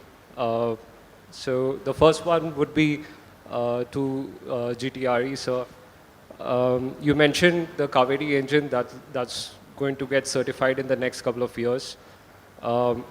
I assume, would that be for the Kaveri Dry? And going ahead, are you planning to, continue with the high thrust Kaveri, the 110 kilonewton Kaveri for possibly for the AMCA? That. I think that's fine. That's. You are correct. Actually, it is we call Kaveri derivative engine for the unmanned application in the near future. Kaveri engine will not be a candidate for LCA Tejas. So that I made it clear. Yes, to the come to the AMCA program, we had a plan. It is depending on the government sanction, how to go about for the new engine development. But having said so, I will give for the larger audience appreciation, some of the niche technology, especially the hot section like a turbine blade, turbine vane, we are already working out so that Indian industry come up with a more investment, more challenges. Now they face it and we have to do the hand holding with our knowledge. Already we started doing that. So when the manufacturing TOT comes, as the HL is facing sometimes a problem for the niche area technology, so we can help them. And already we are gearing up the Indian industries towards that. Because we have faced this problem in Kaveri project, so we are taking a risk management and trying to implement it. Thank you. Thank you.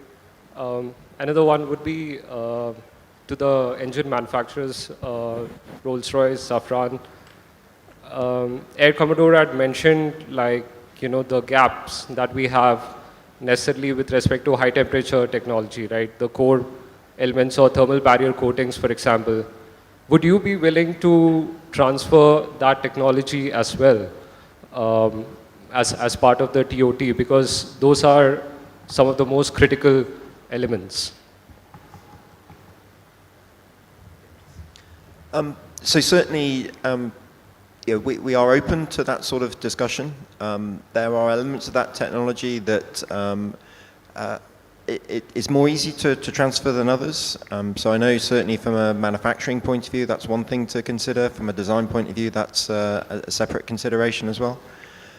Through some of our partnerships that we've got with the engineering ecosystem, we actually do a lot of high temperature turbine blade design in country at the moment. That is our ability for us to share IP within the country.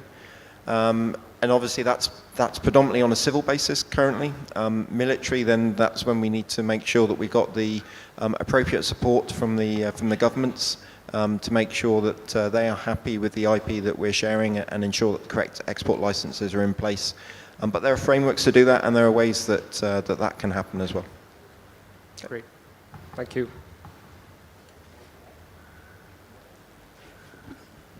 It will be the same answer for Safran, except that when we talk about transfer of technology in a propulsion, you need to have the metallurgical aspect.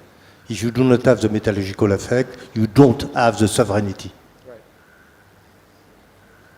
Right. Thank you. And one last one, that would be to IAF. We have Western engine manufacturers here, and we have quite a number of Russian engines in our Indian fleet. So would you still be open to collaborating with Russian engine manufacturers for future engine programs? See, firstly, it's a government decision, number one. Other thing is, HAL has the TOT for production and maintenance for the Russian platforms, as you said.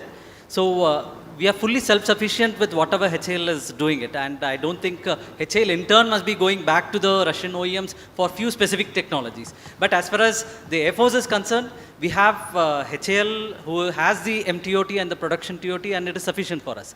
Maybe for the future platforms as and when they come, maybe we can look at more such prospects with the Indian private industry. Of course, we understand the potential available with them, the kind of skill set available with them, we understand. And as per the government decision, we'll definitely go competitive and we'll get their support as well. Great. Thank you. Thank you very much. Yeah, maybe we'll take that as the last question. Yeah. We're running out of time. Yeah. Can somebody get the mic to him? In the rear. Can you take my question, please? Before the mic reaches him, yeah, shoot. Yeah. I'm Rajendran. I've been working in this aircraft engine industry for the last 45 years. Initially, I started my career with HIL after my engineering from IIT Madras. Now I am retired working for an MSME. This is my background. So now whatever I listen, whatever my experience goes, we miss nothing. There is a guy sitting there, specialist in manufacturing, this gentleman specialist in design, and there are a lot of management people, and we have been collaborating engines, Rolls-Royce engines, GE engines, Pratt & Whitney engines, Russian engines. We have all the technology available in the world in India. But the issue is we are not coordinating all these technologies. We are not making a new engine program. And we are weak in management. We are not managing things, and things are not happening. That's all it is. Why we are not able to create one GE in India? Why we are not able to create a Pratt & Whitney in India?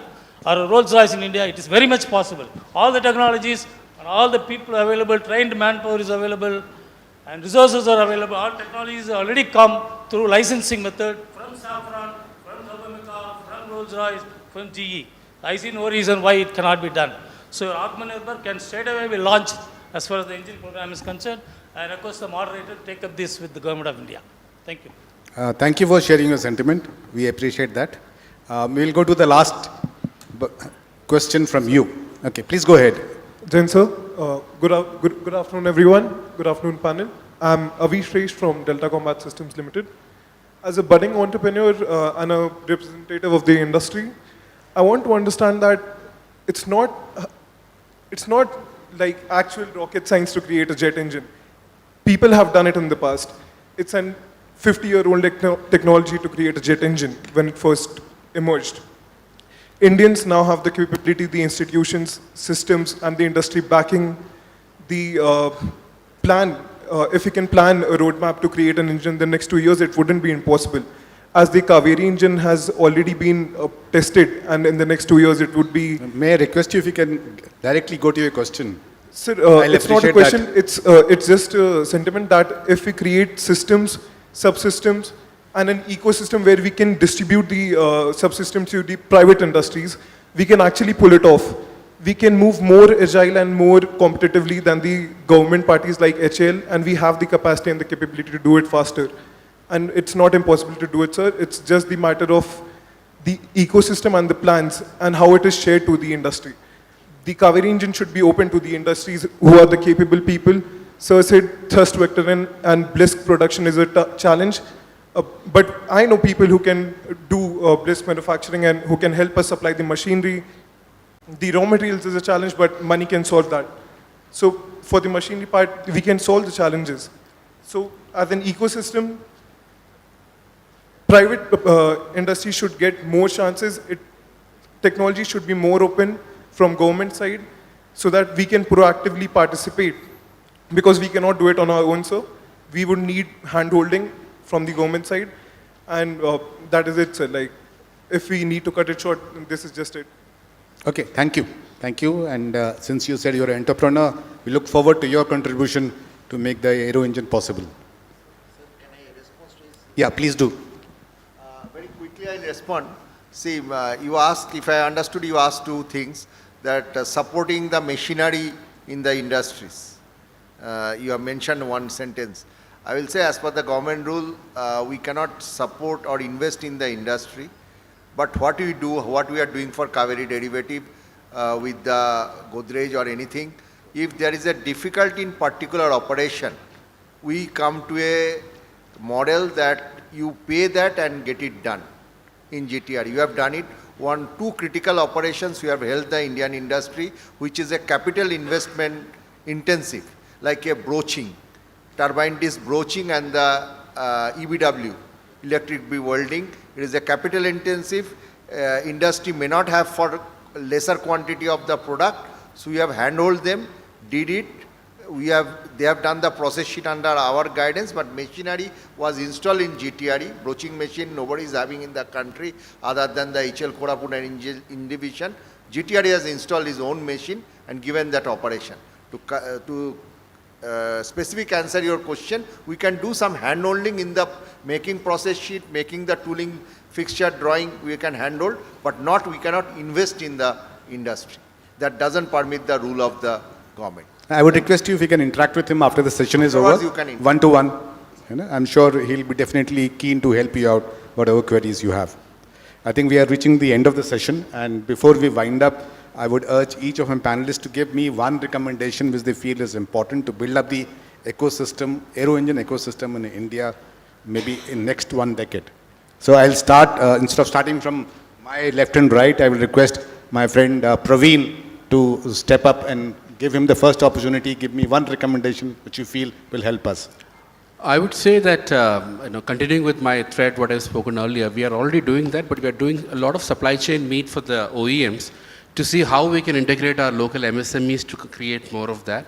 And by that, we'll create a lot of capacity building in our own region so that they can then use that to get into the indigenization. Okay, so role of MSMEs in contribution for aero engine. Thank you. So Yeah. what I'm requesting is private industries is mainly now they are. I request you to put the mic closer to you. Mainly now say our volume is less. So whenever the critical parts is there, people are not coming forward to take up the job. So we are ready to for handhold and to go do the support up to the final acceptance of this one. Many times when we are going for open tendering, we are not getting the response. Thank you. I am requesting, I think you should respond, and we are open to the technology transfer, whatever it is their manufacturing technology, with the outsourcing people. Okay. Recommendation from Safran, or maybe more than one will do. On my side, when we are talking about ecosystem, you need to make sure that the big Indian company will support the SMEs to reach the right standard, because propulsion is not an easy job, an easy business, and we need to have the right standard to be successful. So we will help the tier 1, and the tier 1 need also to transfer the standard to the SMEs. Thank you.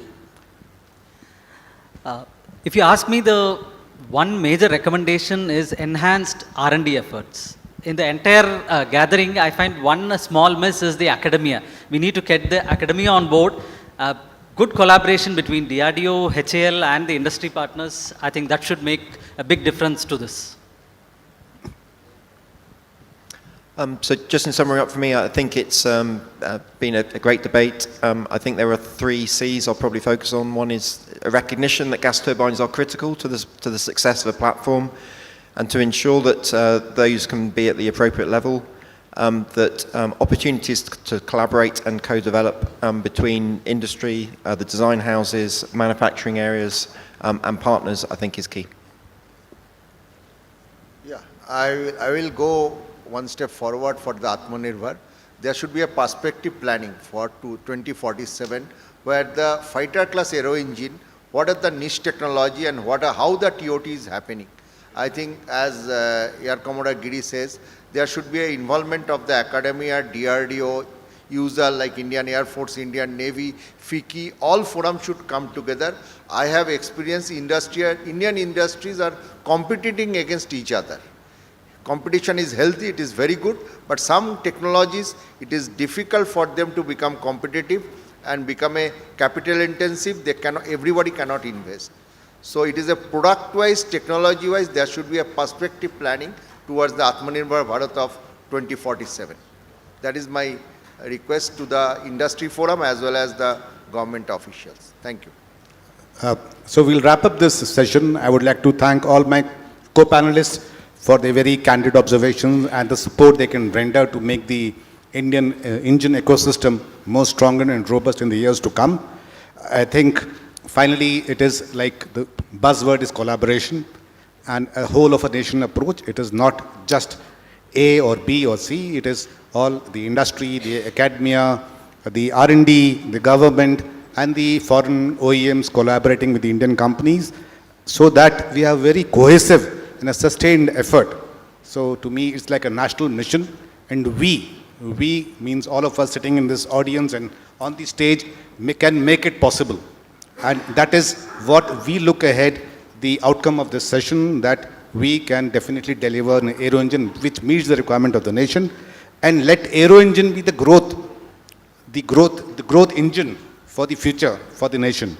And let's, as somebody mentioned, let Make in India be Make for the World. Thank you and Jai Hind. Thank you very much, Air Marshal Krishna, for making this session more interactive and more interesting.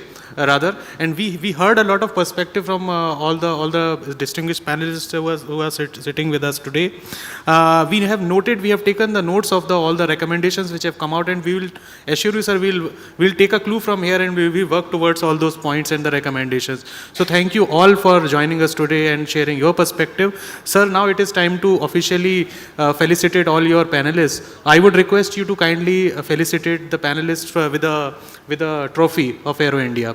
So may I request my colleagues to, sir, you may start from your extreme right. So Dr. Subrata Das.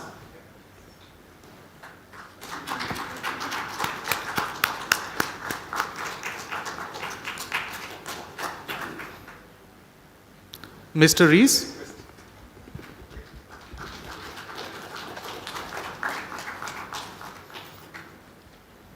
Air Commodore Giri.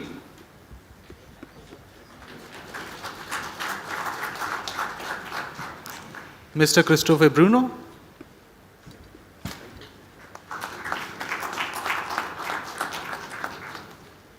Mr. Subramaniam.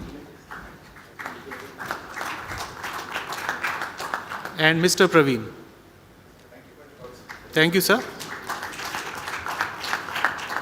Now may I request Colonel Sanjeev Punia to kindly felicitate chair and moderator for the session, Air Marshal Krishna. Sir, thank you very much.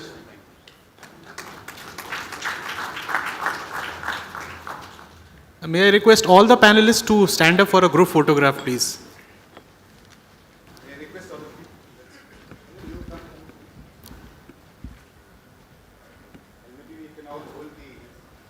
The trophy.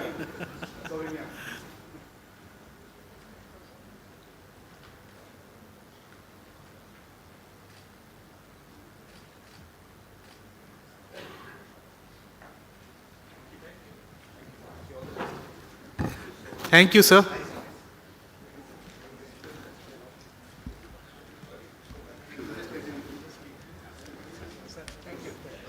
Sir, request all of you if you could join us for the next session as well on the front seats. So we are now directly jumping to the next session. I would request my colleagues to quickly change the nameplates.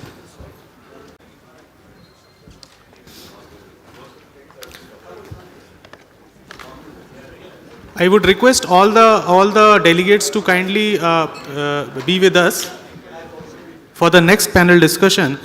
Our next panel discussion is on India's stride towards fueling ships, UAVs and drones with homegrown engines.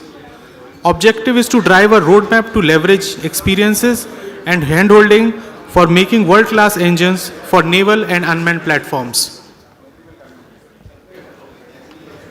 This session will be chaired and moderated by Commodore Siddharth Sant, VSM, retired Rolls-Royce.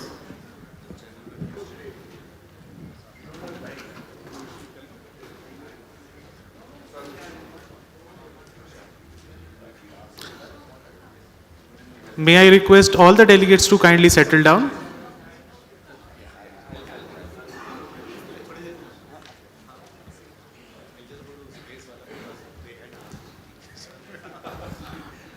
I would like to call upon panelists of the session, Commodore Sanjay Bhatt, DME Marine, Gas Turbines and Engine, Indian Navy. Thank you. Mr. S.M. Majumdar, Associate Vice President, Head Defense, Marine, Nuclear and Power Plant Business, Kirloskar Oil Engines. Please join us, sir. Mr. N. Shivaprasad, Additional General Manager, Industrial and Marine Gas Turbine Division, HAL. Mr. V. Prabhakar, Outstanding Scientist, GTRE, Engine Manufacturing for UAV and Drones. Mr. Vishal Markande, CEO and Co-Founder, Singularity Aerospace. And Mr. Ravi Hazarika, Director, PBS India. Please join us on the dais. Now I would like to introduce Commodore Siddharth Sant. He is a mechanical engineer, postgraduate from both IIT Chennai and Kanpur, has vast experience of 33 plus years, and he worked across 20 plus countries. He specializes in project management, warship construction, logistics, supply chain management, infrastructure development. He has with over 8 years of international experience in defense projects across Russia, US, Europe and Australia. He has expertise in marine infrastructure, propulsion system and life cycle support. I would now like to hand over the dais to Commodore Sant to kindly moderate this session. Good afternoon, distinguished delegates and audience. I think we heard the first panel discussion, so I would request that whatever we can imbibe from there, let's not repeat that. Sure. Indeed, a matter of great pleasure to chair this session. Let me introduce today's distinguished panelists to you first. On my left is Commodore Sanjay Bhatt, who is the Director of Marine Engineering at Naval Headquarters. He has nearly 30 years of experience in shipbuilding, ship repairs, especially oversight of ship building. And of course, he has been a chief engineer of a Kolkata class destroyer. He is a postgraduate from IIT Chennai, and he is our customer. So I think he gives us the customer perspective on how can we leverage whatever is existing in India to make a marine engine or a UAV engine.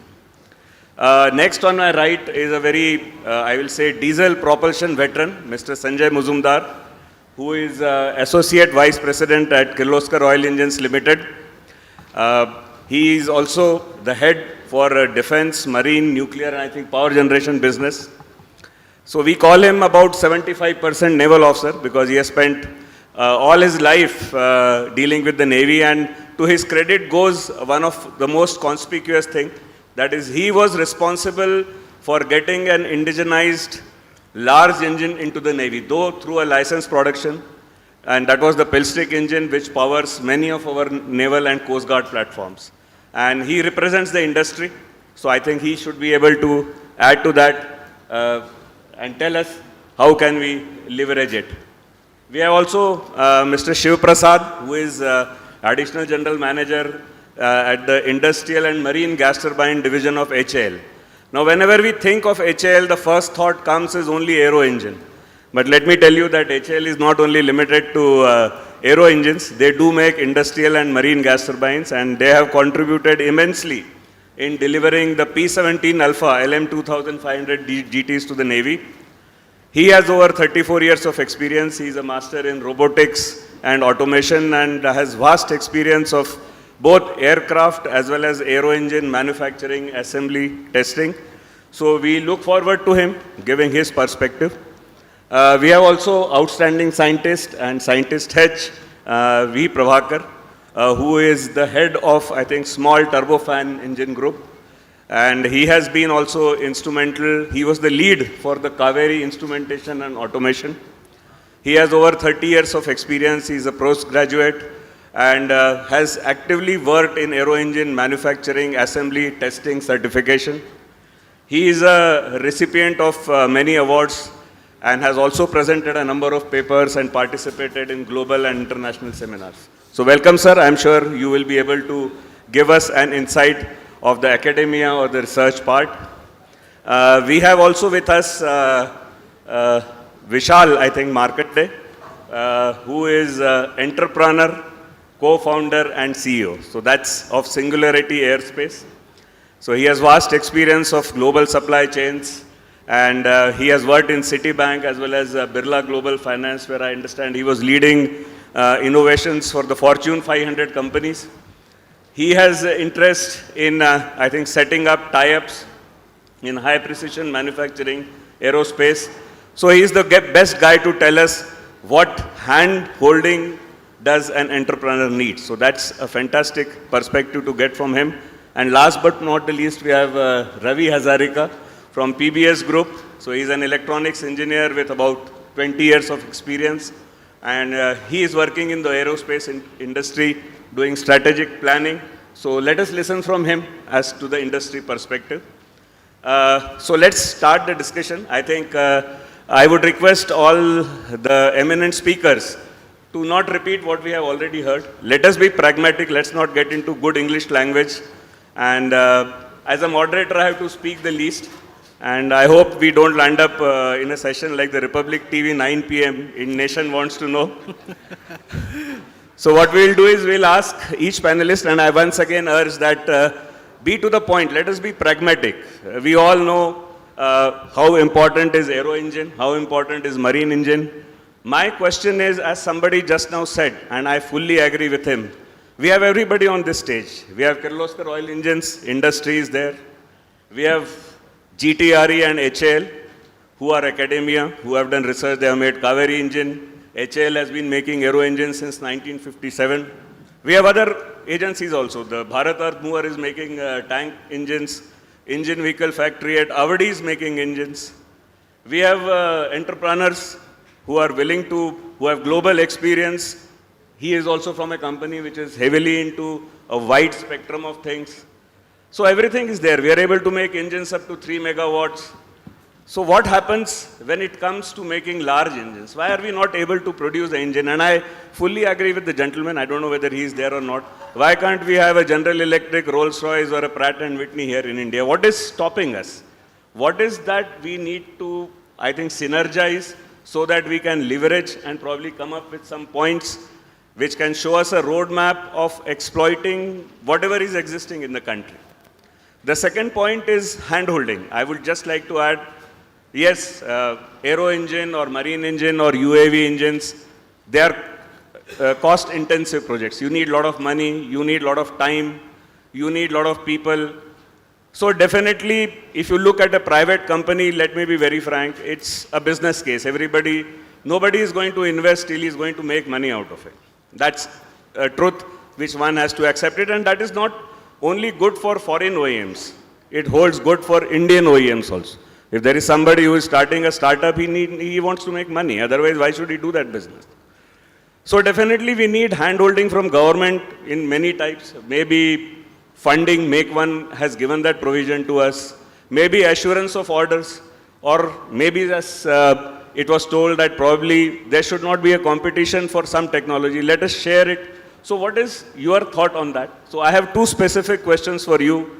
How do we resonate the existing experience which we have, which is sitting on this stage and much is there in the India? Give your pragmatic views. And second is, when it comes to hand-holding, what does really it resonate in your mind? So let's start listening from the customer perspective first. So may I request Commodore? Sorry to intervene, we missed some important part in the beginning of the session, is to actually welcome our chair and moderator for the session. Okay. I would request Colonel Punia. No, that's... No. During the session changeover, we missed that part, sir. May I have a round of applause, please?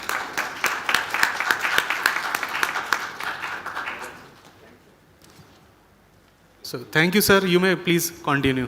So, I urge Commodore Sanjay Bhatt to give us his perspective, why we are not able to leverage and what is hand-holding.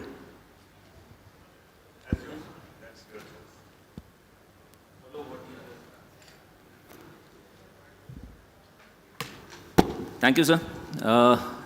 Like I said, being in the second panel, helps you sort out a few things. At least the format is sorted out. You need to come to the dais and speak. And a lot of things that we, especially in the Navy, look forward to from the gas turbines is something that flows from the aero engines. So I'll take a few points that were brought out by the previous panel. What they brought out essentially was that an ecosystem does exist. Mr. Praveen from the Telangana government has brought out that an ecosystem exists. And, Air Commodore Giri brought out that it is, it's a marvel of engineering that needs to be made. The Navy only complicates it a little more by going and putting a power turbine to the end of it and getting it a little more complicated. So in that sense, I think getting gas turbines or making gas turbines is that much more, for the marine propulsion is that much more difficult, but because it's more or less going to be a follow-on of the aero engines that we are making, just like we tried to do for the Kaveri Marine GTs. Now coming to the Navy's, when we look at indigenization in the Navy, we're looking at two parts, the procurement and sustenance. The procurement part, we have our issues as far as marine GTs is concerned. It is not easy for us to be doing a complete indigenization in the country unless we are able to get the design TOT which GTRE had brought out, saying that, while we may have the ecosystem existing, unless you have the design capability and the design TOT from existing OEMs, I don't think, it really makes sense for us to start from scratch now and start building up our gas turbines. Whereas in the diesel engines, I think we are slightly better off, like the moderator brought out, we have been making diesel engines up to 3 megawatt. And we have an ecosystem that exists. I don't see any reason why diesel engines of higher powers cannot be made, higher powers or the medium speed diesel engines cannot be made in the country. And towards that, we've done some bit from our side. How are we leveraging what is available to us? What is available to us is the funding that the government gives us, the policies that the government makes, and the intent that the Navy has for making sure that we have indigenous engines. We are looking at a few make cases, a make one case for a 6 megawatt diesel engine that we are progressing. We seem to have made quite a bit of headway. And I hope, and like all of us hope, that in a few years from now, we will probably have an indigenous diesel engine available to us, indigenous marine diesel engine available to us in the range of between 3 to say 10 megawatt. That sorts out most of the requirements of diesel engines that the Indian Navy would require for the propulsion part of it. While that has moved the gas turbine indigenization, as we've got two make one cases for gas turbine indigenization. That's still at a fairly nascent stage. We are still looking for the OEMs, both Indian as well as the foreign OEMs, to collaborate together and come up with some solution, some offer that can be that can come forward for the make one engines. The other question that was brought out was, can we look at volumes and assurance of orders? Now, if you actually think that the Navy can drive an industrial setup in the country, I think we are all joking with ourselves. The Navy can give you a number for, say, the next 15 years, like what was brought out in the previous panel. There is a capability perspective plan. I can tell you that in the next 15 years, these are the number of engines, these are the number of diesel engines that I need, these are the number of gas turbines that I need. I can give you a rating of each of that. But can that really drive industrial, an industrial setup in this place? I really don't think it can work that way. And I'm not sure industry should be looking at Navy as the assurance for setting up industry. The Navy can probably be a stepping stone for you to look at the Coast Guard, look at what the government is doing as far as the shipbuilding is concerned, the shipbuilding cluster, the mercantile marine, look at the Maritime Capability Development Fund that has been announced in the budget now. These are things that you need to look at in the future as an industry, and you cannot be living on assured orders only for setting up something in the country. So that's, we also have people from the shipyards from, say, the South Korea or Japan, who are trying to hive off excess capacities in the country. Now, these are opportunities that need to be, caught on to, held on, and we need to make sure that we move forward and, at least get the diesel engines in place and hopefully closely follow the aero engines and get the marine gas turbines also here. Now, coming to assurances of orders, when the Make One project gets delivered, the procurement is supposed to be, as per the DAP, in a by IDDM format. Now, a by IDDM format means that the engines will only be procured if the design is indigenous. So the first engine that gets made in the country necessarily becomes the only engine that probably the Navy uses. So in that sense, the policies are in place to make sure that there are assurances of orders, at least from the Navy, to the industry. The other part is when we look at developing ships or making ships or designing ships, there are two aspects to designing ships. One is what does the ship require as far as the propulsion is concerned. And second is what's available in the market.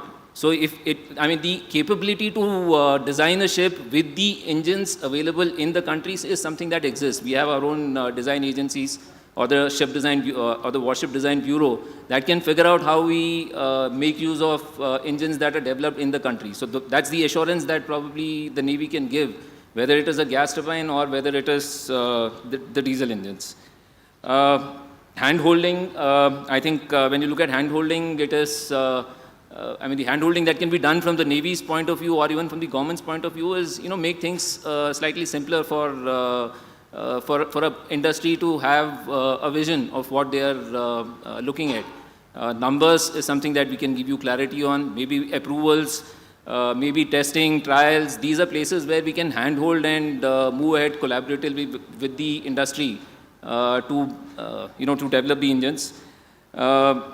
But again, I think the point that needs to be kept in mind is that we need to make engines not for ourselves, not for the country alone, but we need to make engines for the world, say built for the world.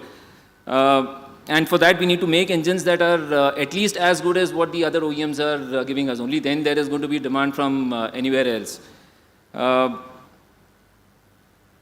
I think I've, okay, and just one other point, when we are talking of, what can be done, 2025 has been designated or declared as the year of reforms by the Ministry of Defense.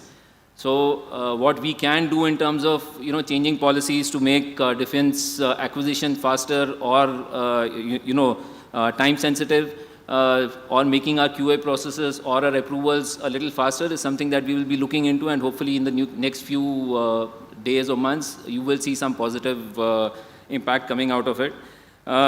As far as funding for research is concerned, funding for research or research and development and innovation is concerned, I think there are various schemes that the industry needs to make use of. The bigger ones in the Make One, the research and development and innovation as part of the IDEX, as part of the TDF. So there are schemes that are available, and I think all of us need to sit and see how we can collaborate together, make use of the schemes that the government is providing us, make use of the funds that the government is ready to provide us, and make engines for us and make engines for the world, and I hope the industry succeeds in that. Thank you. So, thank you, Commodore Bhatt. I think you highlighted the policies and the blueprint and the framework which the government has and intends to do. So let us listen a counter view from the industry and ask Mr. Muzumdar, does he agree with you? So, Mr. Muzumdar, I think I would request you to specifically give your comments on the policies and the points which have been highlighted by Commodore Bhatt. And don't worry, even if you speak against him, he will still let you come in Naval Headquarters next time when you go. Thank you, Commodore Sant. In fact, it all started with the FICCI, calling me for this particular seminar. It all started with this Aero India event. What is it that I'm going to talk about? Engines for ship. It all started with that. But nonetheless, I think the context was made very clear in the afternoon by Vice Admiral Vatsyayan. So the things are very clear. And thank you for pinpointingly asking the questions as to, making it short.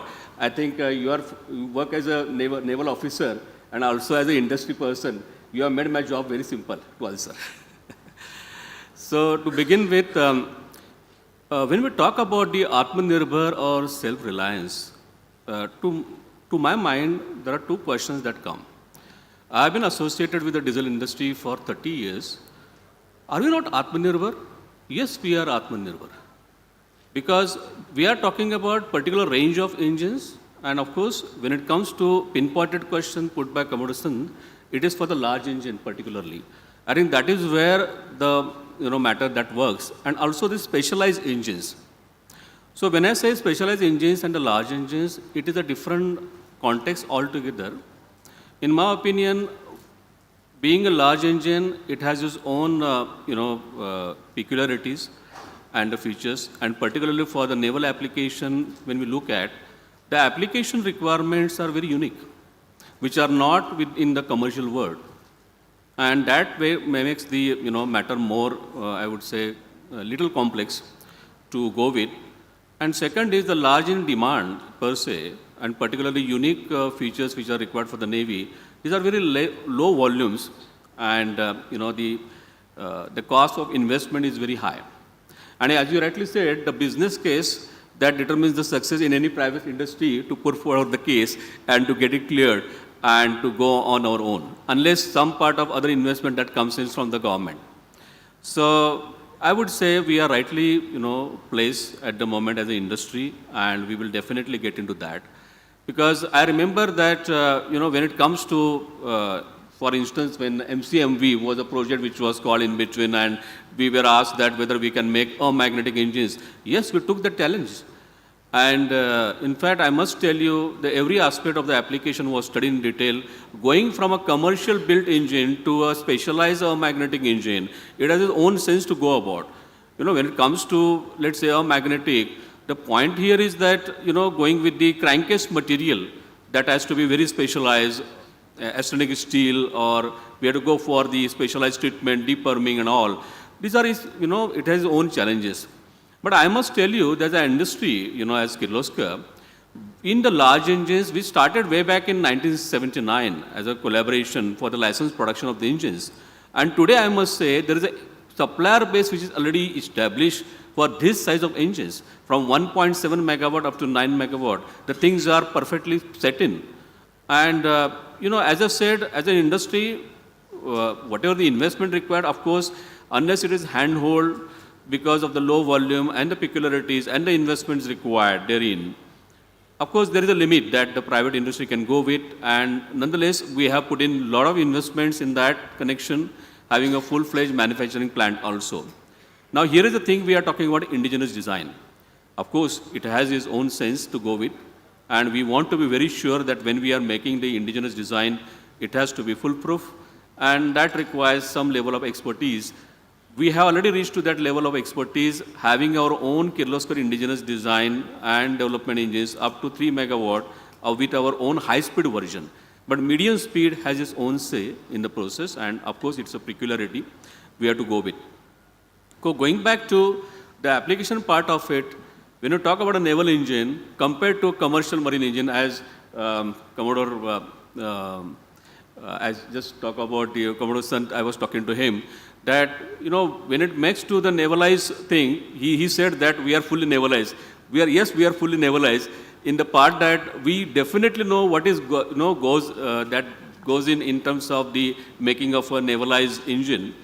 Because what you require is, of course, from the basic power to weight ratio, the compactness, these are basic things, the low structure-borne noise, the low airborne noise, then all it goes for the shock resistance. All these are the peculiar matter, and as Vice Admiral also said, that we are looking for the tank engines also. We are looking for tank engines which are going to work for the extreme tropical conditions, 55 degree, and even at minus 40 degree. And looking at the disturbance in the northeastern region, the challenges are furthermore. The lightweight, compactness, minus 40. These are the challenges, and it is not the same engine that has been sold in the commercial market.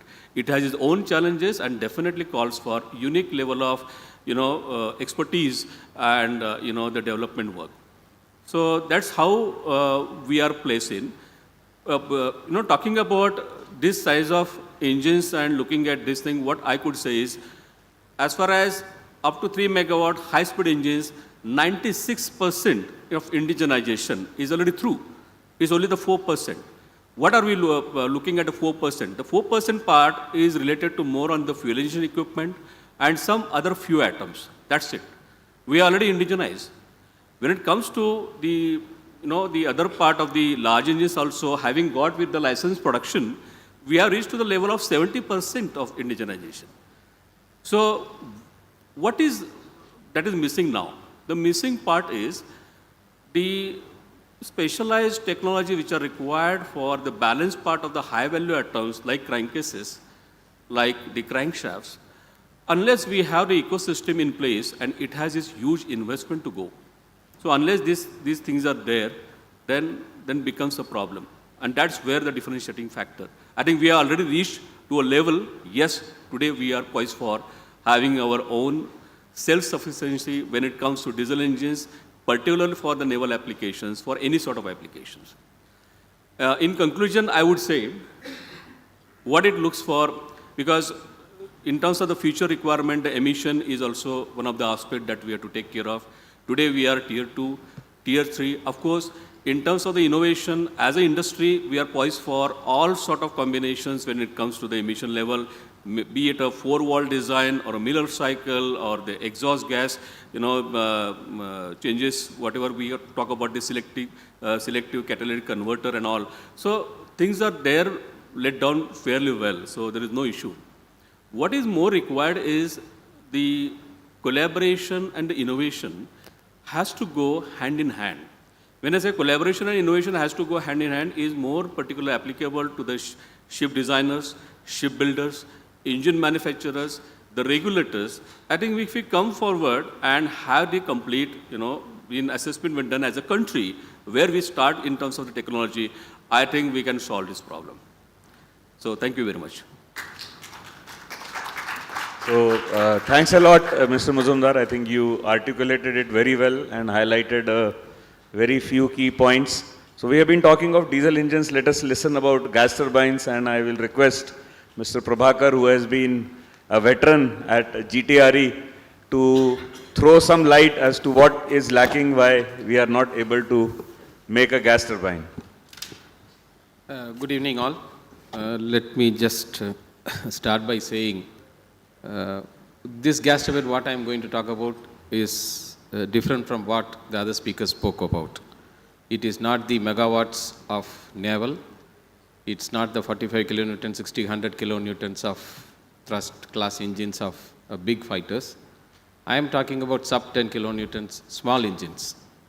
With respect to small engines, straight away coming to the question asked by the chair, is India capable of becoming one more nation where we can fully indigenize? I would say from my experience of developing the small turbofan engine, yes, we do have the infrastructure within the country. In GTRE, we designed a 4 kilonewton engine for a missile application. And then sharing with you the success, we did fly an indigenous missile fully powered by an indigenous engine last April, covering the full milestones. Having come through the success, what we did in the project and program was, the initial realization was done within GTRE, hand-holding few of the MSMEs and industries, building a few prototypes.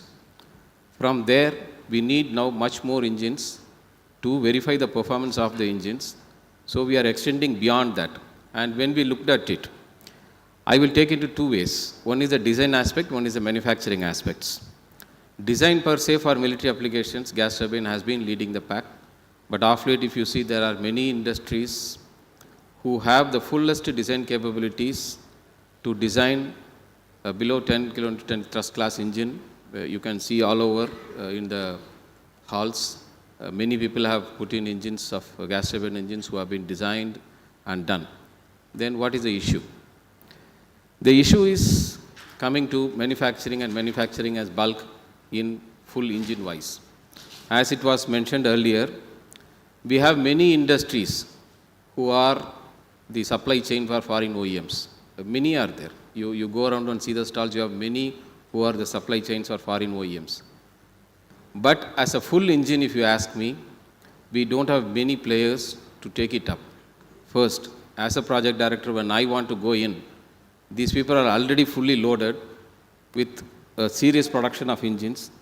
I go with a few numbers in between. They have to change the tooling, they have to do a methodization, then the quantities are there, the numbers are not there.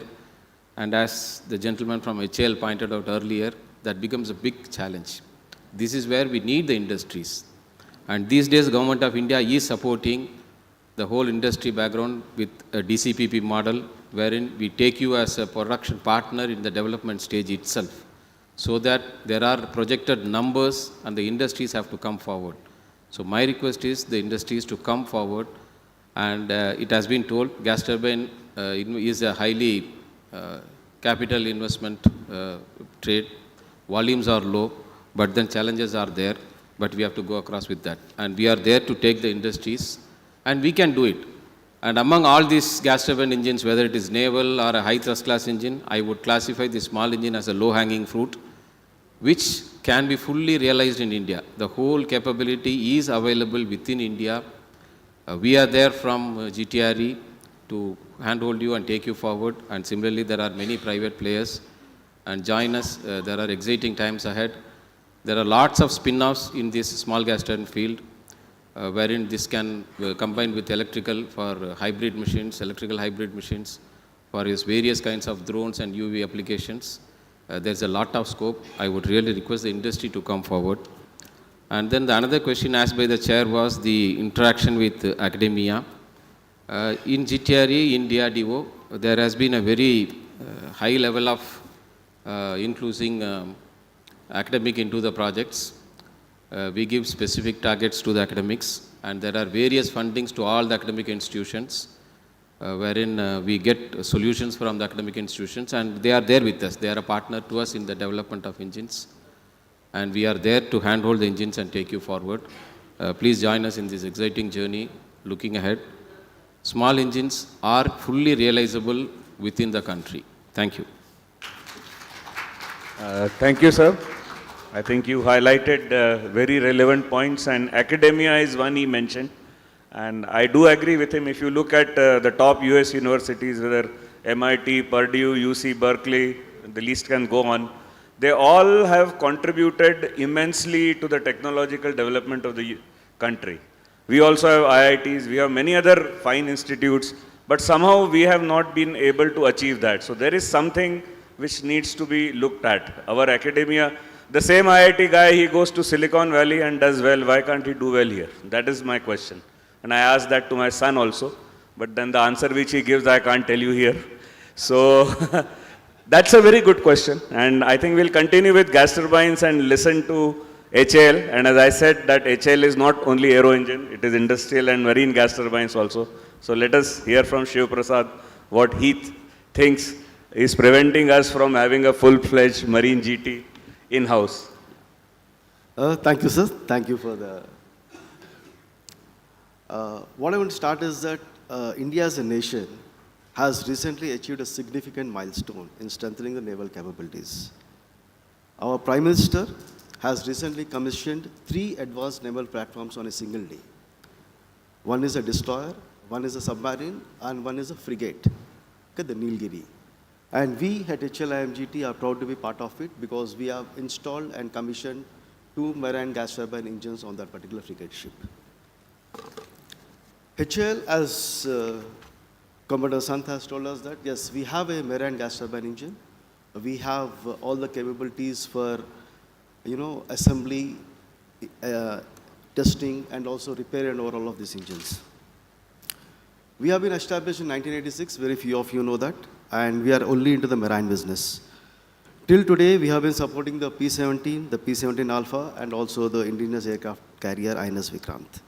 As of now, HAL has delivered around 28 LM2500 engines for 11 Indian naval ships. And as I was telling you, the P-17 Alpha, we have delivered the first ship is commissioned, 6 more are in the pipeline, 3 at MDLM, 3 at GRSC, which we are supporting. Furthermore, 6 more gas turbines are to be assembled and tested for the new naval program, that is the NGMV, for which HAL is geared up, and that we are doing in collaboration with the Cochin Shipyard Limited. Though these partnerships and initiatives, HAL significantly contribute to the indigenous production and technology advancement of marine gas turbines, aligning with India's broader objective of self-reliance and modernization in defense manufacturing is our goal. We at HAL have been developing gas turbines for the aero engine versions, that is, we are developing a 25 kilonewtons thrust class engine, and also we are into HTSE, Hindustan Turboshaft engine for 12 megawatt. The learnings of this we are trying to do into the marine engines, so we are trying to sign a couple of MOUs during this Aero India show to collaborate on marine side also. As DME has brought out that, yes, they have given some RFIs to the OEMs for development of engines at different capacities. HAL is also trying to participate with them, and we are looking towards the support of GTRE in this regards. And as you know, HAL also has a engine design and development center. We are also trying to convert it from the aero engines to also the marine gas turbines. Coming to manufacturing of engines of ships, there are some few gaps which I thought I should develop. First is to develop installation design guide for engine support systems, which is very much essential. Develop the control system specifications for engine control of the ships. Make specifications or develop expertise for engine alignment, reduction gearbox. Then evolve the procedure for the standard, the setting to work, STW, the operational readiness review, ORR, the harbor acceptance trials, HAT, and the sea acceptance trials, SAT. We also have to ensure ease of maintenance of these ships. Modular engine concepts talks about quick removal and replacement, and then we have one of the engines where we have a rail system where we can take out of the exhaust. So we need to also look at maintenance of these engines apart from installation and commissioning. We also have to look into in-situ repairs. For example, in one of the ship programs, we encountered the failure of the engine compressor front frame. It was thought that we had to remove the whole engine, but we came out with a repair scheme and successfully demonstrated that. So we at the industry, at IMGT, are trying to develop repair schemes along with the OEMs to ensure that we have a very good maintenance capability also for maintenance engines. We at HL, we would be looking at, we opinion that boosting R&D investment in issues like GTRE will be one of the major things which the government has to take up. We have to strengthen the public-private partnerships for faster prototype development, which we look at it. We also have to have a very good supply chain for critical components and all. For us, for example, the lead times from some of the OEMs is as high as 3 to 4 years. So I don't think our Navy or anybody can wait for 3 to 4 years, for us to repair engine and give back. But the supply chain today has been so bad to us. And then we wanted to collaborate with global players like GE, Bahrain, or with Safran for joint ventures and technology transfer, sir. And I feel that is a way forward, sir. Thank you, sir. Thank you, Shiv Prasad. I think you highlighted. I would just like to add that this LM 2500 gas turbine, which they have been assembling, testing, and supplying to the Navy, this is in fact an example of jointmanship between the Navy and HL. In fact, this project was started long back when I was in the Navy, and the Indian Navy has funded a part of this project to establish this facility. And so it's a good joint venture. I only feel sad that over so many years, while HL is a huge, I think many thousands of acres of campus, the Marine GT division has still remained the same. So I think you need to expand, and I think with your plans, I see that something will happen. And he talked about investment in research and development, so I was going to touch that point. The basic problem is today, if you ask the young generation, everybody wants to study information technology and computer science. You ask your son to study mechanical engineering or aeronautical engineering or physics or chemistry, he doesn't want to study. It is easy to become an engineer today. It is more difficult to get admission in Delhi University in BA course. BA Economics closes at 98.4, while you can become an engineer anywhere. So nobody wants to study physics, nobody wants to study chemistry, nobody wants to study mechanical engineering.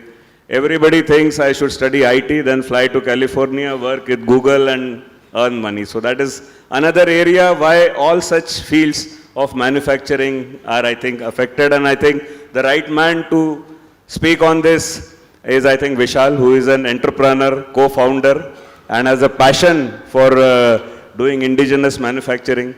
So let us listen from him. What challenges does an entrepreneur face and what should be done?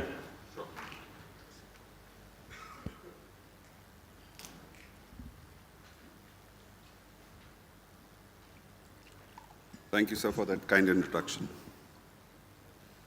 So, see, the topic is quite interesting. There's just one thing which I feel is missing, that, we have not included the emergence of AI in this whole mix of the indigenization that we are doing. One of the reasons is that, for any problem to be looked at, one of the key elements, and I'm sure that all engineers sitting here would agree, is that first principles approach of physics, where you break down the problem and root out whatever is the impossible, and then deal with the improbable part of it. So as an entrepreneur and as a company which is working closely with the defense forces, especially more closely with Navy, is what we feel that there is a lot of interest and support which is coming from the defense forces, but the processes, which of course, are not under their control, are, kind of long winding, but then, that is what the industry has to live through. There is no problem with that. But one thing is, why is it that we want to, create a Rolls-Royce or a Safran or any of these bigger boys at this point of time now? I mean, I don't even know whether, there has been any study of considering what is the role of, a very expensive equipment going to be in war or war-like situations, given the fact what we have seen, with the Russia-Ukraine conflict or, the Israel-Iran conflict, and also the Azerbaijan-Armenia conflict. I mean, the weapons and weapon systems used over there, and which actually turned the tide of war, were not the expensive equipment. Right? I mean, in fact, if you look at what China is trying to do, and this is an assumption at this point of time. So they have just recently, we got to know that they have taken a majority position in Rotax. They completely bought out Limbach. So what they are trying to corner the basic piston aero engine market itself. And there is a reason why they are trying to do it, right? So why is it that, we are not probably able to concentrate on that part of the industry, and why only turbines or, the more expensive or more complicated problems? If we can solve, the problems at the basic level, and like we as a company, we have tried to rebuild an engine with the help of Navy, a piston engine, which is here in the India Pavilion. So if anyone is interested to go and look, I mean, they can look at that. We will soon be putting it into trials. And the other thing is that, the panel previously was talking about certifications and testing.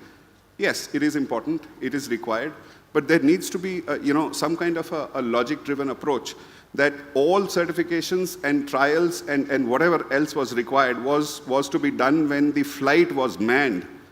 In an unmanned system, it cannot be the same requirement, especially when, the whole technology itself is new and nascent. If all of us are going to follow only something which is conventionally laid down and keep dragging it along with us, there cannot be any progress. So in our opinion, there needs to be a relook, there needs to be, a more logical approach towards how we are thinking about things. The first principles and the Occam's razor needs to be applied. And, we need to figure out our own way. I mean, we are not China, where we can close everything down and start to build our industries from scratch and not care about IP or, the global commerce. We can't do that. So indigenization also has to be thought from the point of view that whether, it cannot just become a slogan. There has to be some logic behind indigenization also. So, foreign companies coming here, teaching us, doing things for us, and then we taking over from there and taking the lead from there, I think that's a very, it's going to take a long time. So the industry has to step in, and the government only has to give the support in the sense that government has to play the role of a market maker. Personally, I am not in favor of government funding private enterprises. The government should give the support, should play the role of a market maker, and provide the ease of business, so the policies need to be more conducive. And then, marketplace, the globe is the marketplace for us. We build a good technology here, a good engine here, or even a small component which eventually can be used in more complex systems. Even that is fine. So that's my take on it. I mean, thank you very much. Well, I think you articulated it very well, and I fully agree with you that do we need such high technology weapons? Now, I agree that today someone says after looking at Russia-Ukraine war that why should I have a SSBN or a SSN? I just should have a unmanned underwater vehicle which is much cheaper. It can do the role of a nuclear submarine or a UAV. But then, unfortunately, that was not the topic of our discussion, so I did not dwell into it. But I do agree with you. The ongoing conflicts have raised many questions, and one of them is what you rightfully brought out. But I think FICCI can conduct a separate seminar for that, because that doesn't fall into it. And I also agree with you that you don't need funding. I fully agree that government should be supportive, and I think that's a point well taken. So I think that should be one of our recommendations, which we will see when we conclude. Now let us listen to Ravi, which I think he is the youngest one. At least he looks the youngest one. So the youngest people have the most brightest minds. So let us listen to him. What does he feel? Thank you, sir. It's always a bit tough when you're the last speaker, because most all the points have been already spoken. So, but still I will try to put my points here. And to be very specific, I also from the background where Mr. Prabhakar states, I'm from the industry or from the company which is into small turbojet engines. And I do agree that the market or the industry globally is quite lucrative. And I say lucrative in the sense of the requirements or in the kind of leverages that you get from the different markets. It's quite high in specifically for these small turbojet engines. So someone who's is in the industries who is looking for some startups or someone, some academia who are into this thought process of coming up or giving a thought for turbojet engines per se for the small thrust class, I would say it's quite an advantageous stage, advantageous time, where, and why it is so is because of the kind of change in the warfare and that what we have seen. With the evolution of the UAVs of different weight classes, these small turbojet engines have become one of the requirement of the time. Everyone is looking for that. So, considering that there is evolution of this market, evolution of these turbojet engines, of course, earlier we have seen, when drones have come into picture or unmanned system has come into picture, stepwise it was like more of electrical motors, and then subsequently they are graduating more on the turbojets. Why? Because the environment is such. When I say environment, the applications, the kind of, the requirement is such that people are looking for small engines which can have a lighter weight, higher thrust, giving you that kind of punch, that kind of power to achieve your target operations. So that is what we are seeing in present day. I don't want to discuss more on the geopolitical situations, but that is what we see it's happening.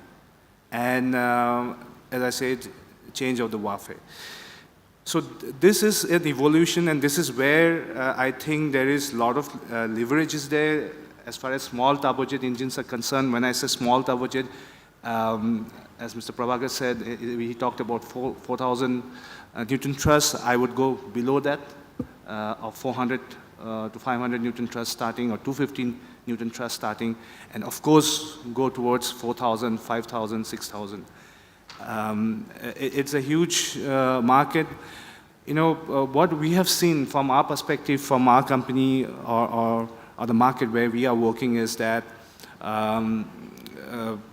4,000 Newton thrust or 3,000 Newton thrust is catering to a certain warfare or certain weight class, which was not there 6-7 years back.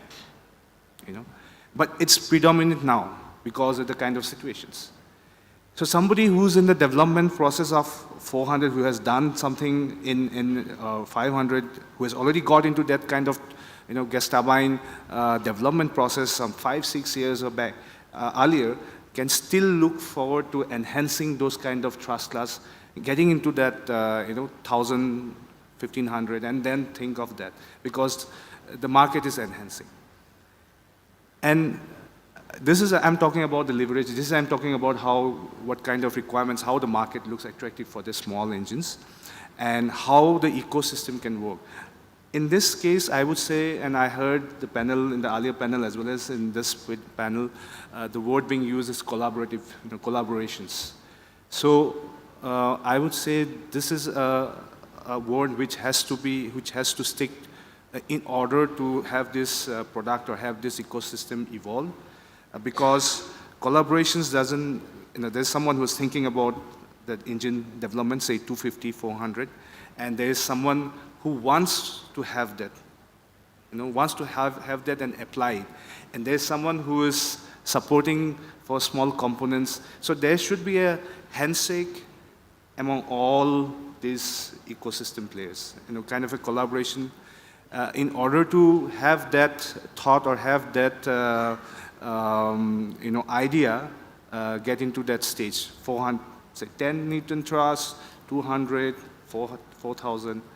That has to be a kind of ecosystem or collaborative ecosystem which has to be created. Now, coming from the point of view of my company, of course, PBS, we are Indian subsidiary of a Czech company. We have been instrumented here in 2020. However, we are now in this time, in this frame of mind that we need to start. We have already started. We started doing manufacturing here, and as there is a specific point here stating hand-holding.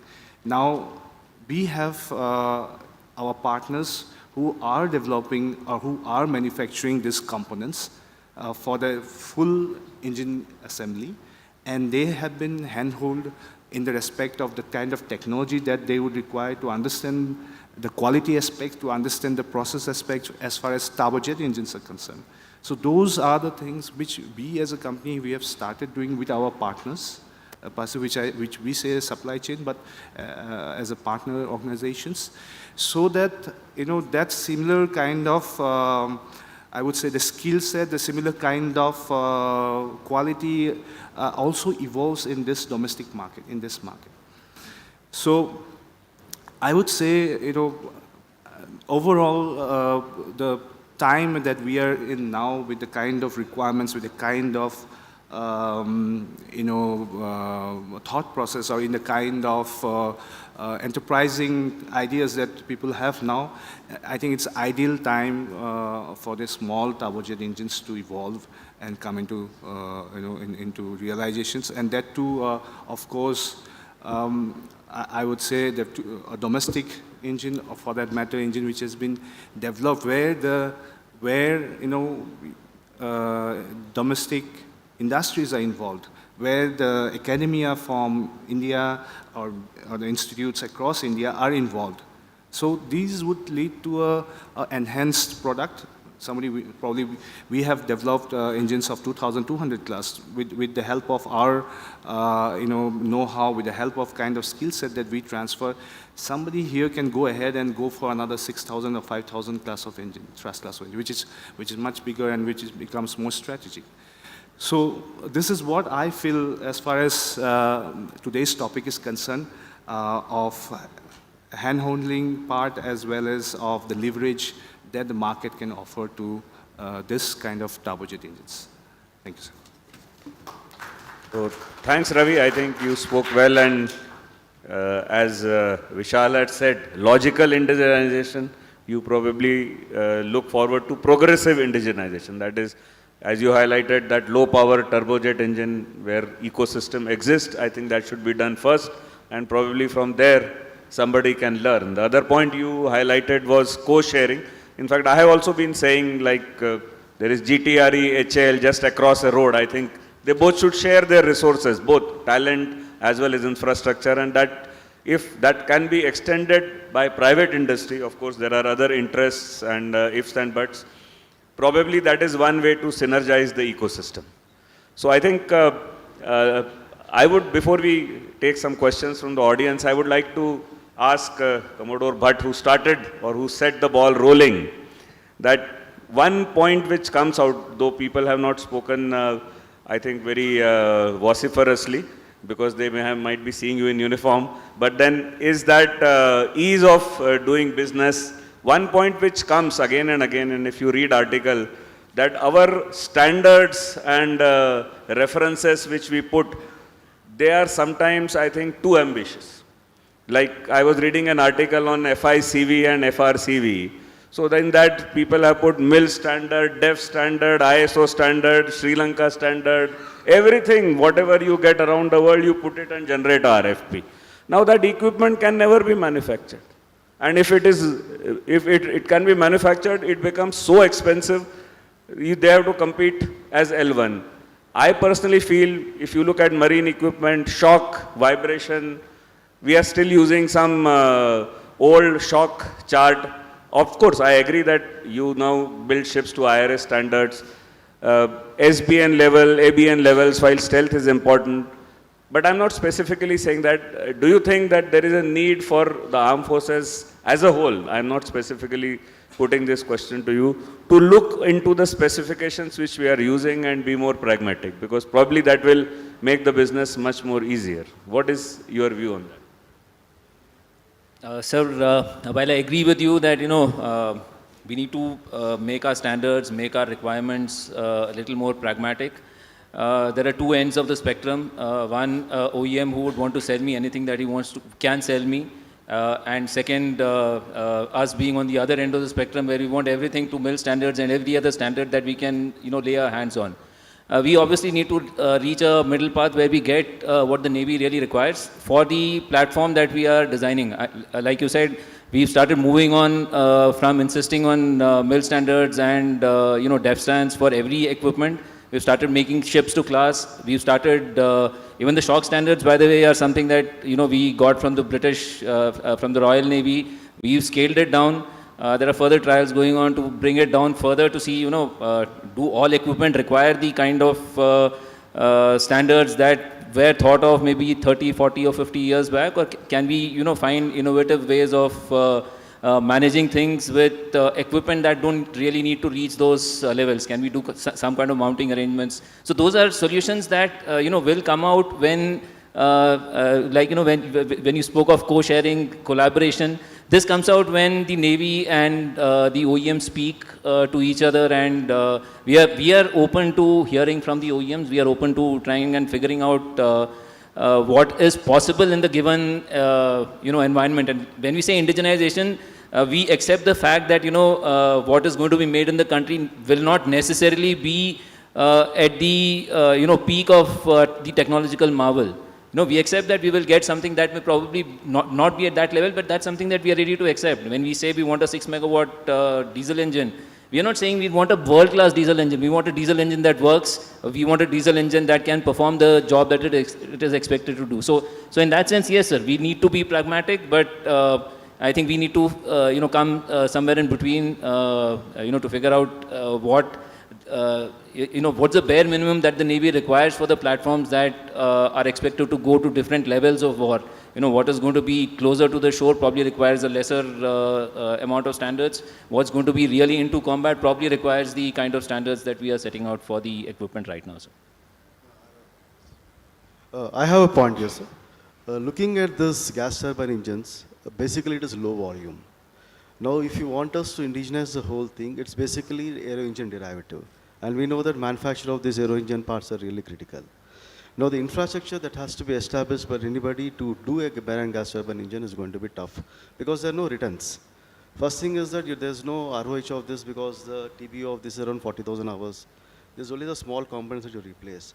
Second thing is there's no visibility. For example, we know only the next ships are going to be the 8 in number. Then what are next is going to come? There may be a new variant. So we don't know with OEM also we need to go about it. So this is one area which if the Indian government or through Navy could just tell us that what would be the future business, then that is the time that will form the business case to us. Being HR, also being a commercial organization, we would also like to invest into that is one area. Second is we're also looking at that if the Navy comes out very clearly, like what they're talking about indigenized development also, we can collaborate with GTR. As you told, we are neighbors. Yes, they already are very close to the KMGT, Kevin Marine Gas Turbine Engine. Yes, most probably with a couple of years that would come into use, and then we can try it on one of the ships. And if that is successful, then that is the beginning of it. We can always not depend on the OEMs. Can I just answer on the two questions that he has asked? One, numbers. Yes, like I said, we can give you, I mean, I'm not going to just give you the next ship that is going to be built. I can tell you what's the number that I probably require, say a 25 megawatt or a 22 megawatt is what we look at right now, because that's what is available in the market. You give me a 24 megawatt or a 25 megawatt gas turbine, I will use that 25 megawatt gas turbine on my ships. And I can give you fairly accurately the numbers that I would require in the next 15 years, and that number will match what the MT-30s have been built maybe from 2000 to 2019. So those, those are the numbers that we are capable of giving you for the 22 to 25 megawatt gas turbines as such. So those are, beyond that development, yes, there is going to be infrastructure, and you cannot be dependent on only one gas turbine for setting up your infrastructure. That needs to be co-shared with your aero engine part of it, and like sir said, co-shared with GTRE. We need to find solutions. I mean, we can keep asking these questions and going around in circles. On one hand, asking us for assurances, volumes, and finding reasons as to why those numbers and those assurances are not good enough for us to move forward.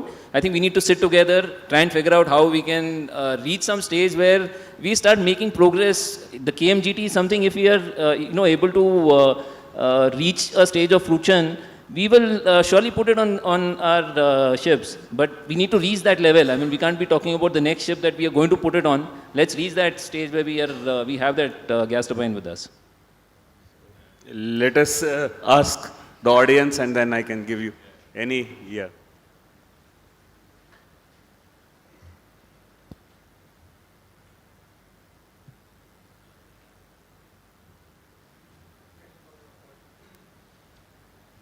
Thank you for the opportunity, sir. Basically, I'm Renal. Can you speak a bit loudly or close to the, yeah. Okay. Yeah, thank you. So I'm Renal. I work at Cisco. Basically, I'm also covering my MTechs from Bits Pilani from AIML. As the panelist has rightfully brought about the AI into the, UAVs, swarm drones, attacking the Russian ships, sinking it down. So all these things we are seeing. So few of the panelists also brought this question like about the collaboration between HAL, DRDO, and others, so that we can come up as a team. So I was wondering if we have any data sets common which we can share them or make it public for the Indian citizens, so that students or academia, which was brought into the topic, we can make use of those data sets, make statistics out of it, or maybe make our own R&D on top of it. So it would be very beneficial. So is there any place that DRDO, HAL has a common place of storing raw data which citizens or academia people can make use of? That is on my question, yeah. Armed forces have a lot of data, tactical, strategic, operational, which depending on what type of unit it is, if you go to GTRE, they will have a lot of test data which they have undertaken on their engines. If you go to DME, he can tell you the underwater noise signatures of many ships. And if you go to IMGT, he can probably tell you about the LM testbed. Now, the problem is that it is not that the data cannot be shared. It can be shared, but it is subject to a lot of security restrictions. So on a case-to-case basis, if you tie up with GTRE, your university ties up, signs a non-disclosure agreement, and once all security checks are done, to some extent the data can be shared. But then still there is some data in the armed forces which can never be shared. It is not possible because it is of strategic importance. I cannot share the underwater noise signature of my ships and platforms, because from your university, if it leaks goes onto the internet and reaches my enemy, he has got entire data to hit my platforms through any submarine. The answer to your question is, whatever research you are doing, you can find some specific organization. You can take my contact details. I can guide you whom should you meet and probably discuss with them. Based on case-to-case basis, the data will be shared. But there is no blanket thing that data can be shared.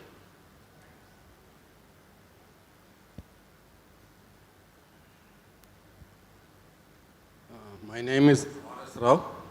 I had the privilege of working in Aeronautical Development Agency, which we have been done the avionics and all.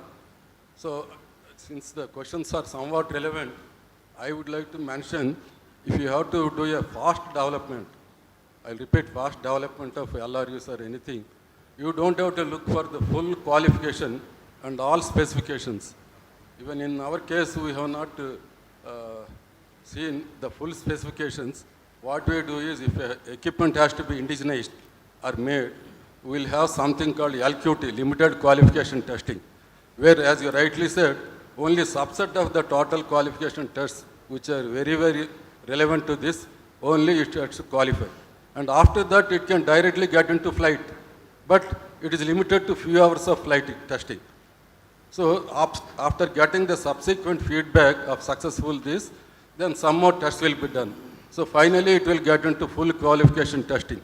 The whole idea is, we should not do entire development effort, and in the end, we find it has failed. So this is the way I suggest, because I had the experience of LCA program, I am suggesting. And second thing is, I had the privilege of going to Russian air show sometime back.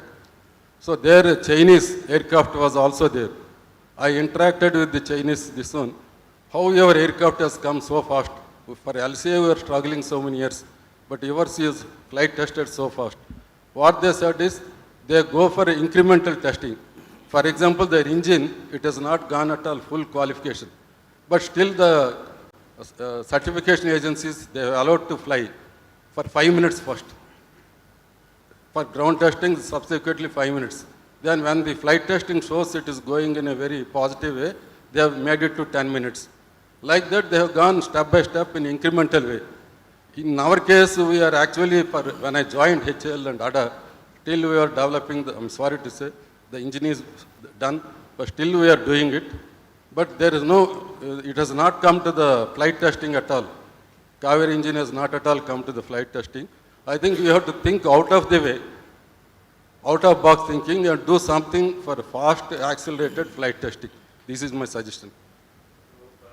I think you have highlighted a very valid point. I can only say that I am not an aviation engine expert, and therefore I commenting anything on that would not be correct. I will leave that to the aviation experts to comment, but I think you spoke very logically. But in marine field also we do this. In fact, the Navy has been supporting a number of cases where we progressively qualify or certify equipment. So it's happening, I can assure you that. You wanted to say something, Mr. Musa? Yeah, I was coming back to, the defense standard and all those things, part of it. As an industry, that we learned a lot. And as you rightly said, in the beginning also, we got navalized. The point here is that, of course, there are some old standards, and the relevance need to be understood very well. And we had a lot of deliberations with the Navy. And the good part is that in a collaborative kind of a setup with the French company, what used to happen is that there are some set of standards, something is been asked for, but there are some equivalent standards been referred by them. So the Navy is flexible enough to have it understood, in a manner, whatever is required, and as a part of the simulation study, whatever data is required, and they have reciprocated, and we have come forward. And that has become as a ruling part of it, that once having done one project, that has become, some kind of a reference for the next projects also. That has gone. And in fact, most of the MIL standards, they insisted for the structure-borne noise, airborne noise. And it so happened that we were to prove that the signature was going, of course, beyond the target level. And we were putting our point that this is not because of the engine, this is something structure below the engine. And we were to prove it. We changed the entire mountings. And we, got with the softer mounts, and we proved it that this is not because of the, the engine. It is because of the structure and the mounting below. So sometimes challenging situations gives a lot of learning, and there is the other side which I want to share as an industry. Yes, we both are learning in the process, and this really helps also over a period. Thank you. Rightfully, I would just like to say that most of the global standards more or less are similar. In fact, if you take German standards or French standards and more or less they are there, and the Navy is very open to accepting that. In fact, they keep asking that please share, they keep asking me that please share the standards which you are using in construction of some other platform. So that's a valid point. Even the bureaucracy and procedures are similar around the world. The American bureaucracy is also as good or as bad as ours, so we should not keep cribbing about our procedures. So I think you want to say something? Yeah.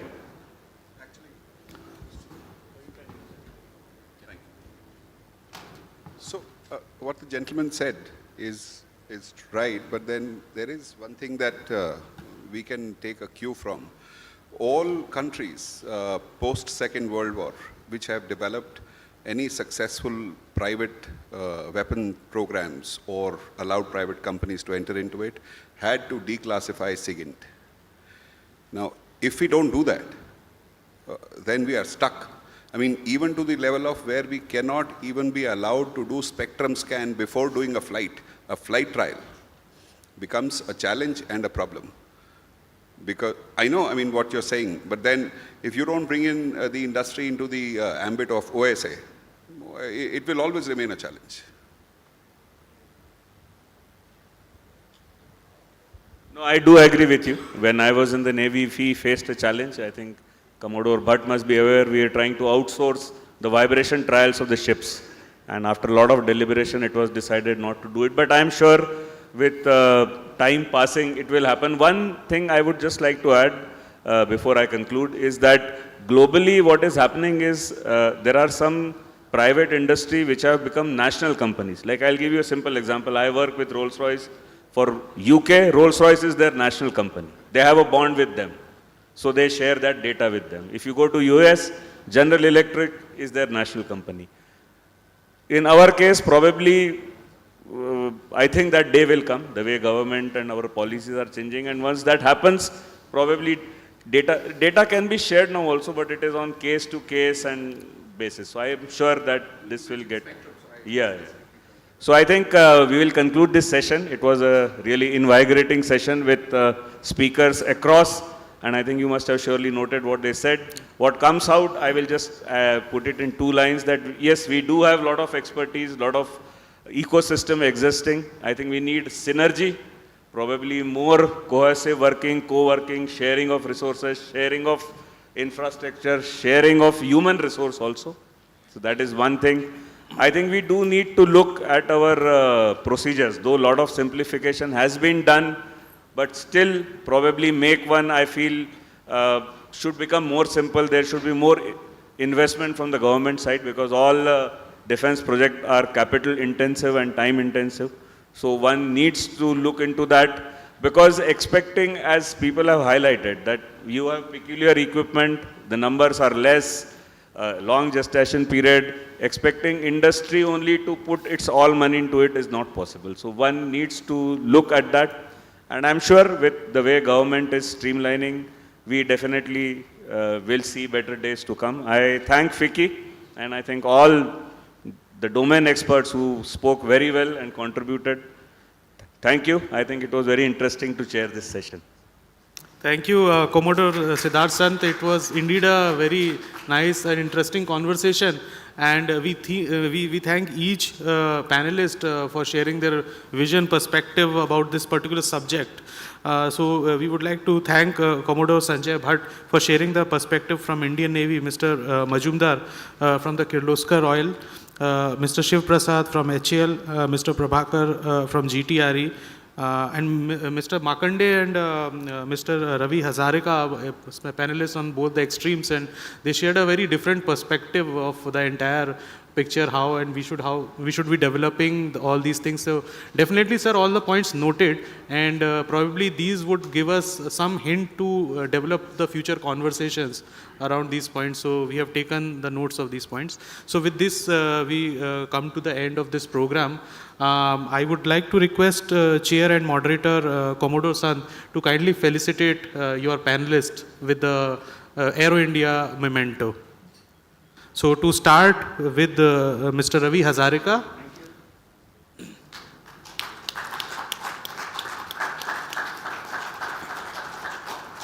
Mr. V. Prabhakar.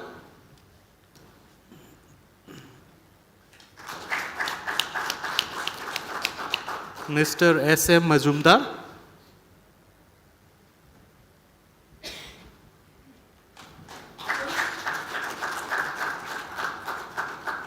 Commodore Sanjay Bhatt.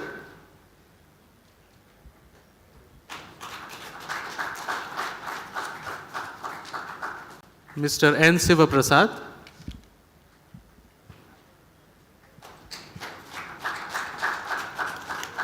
And Mr. Vishal Makande.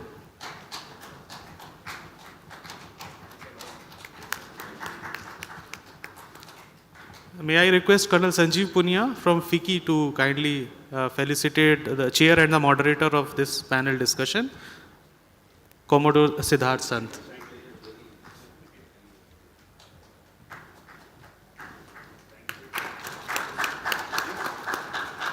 May I request all the speakers to join for a group photograph, please.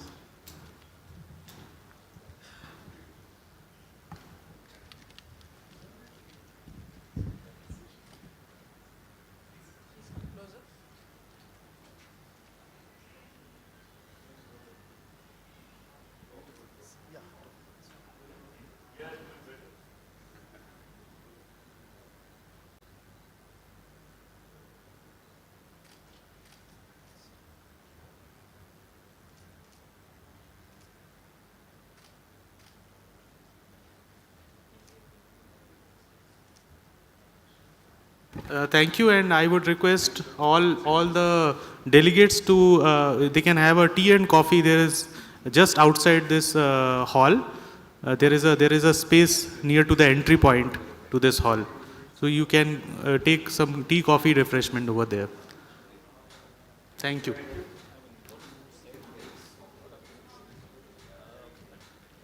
ले जाते हैं।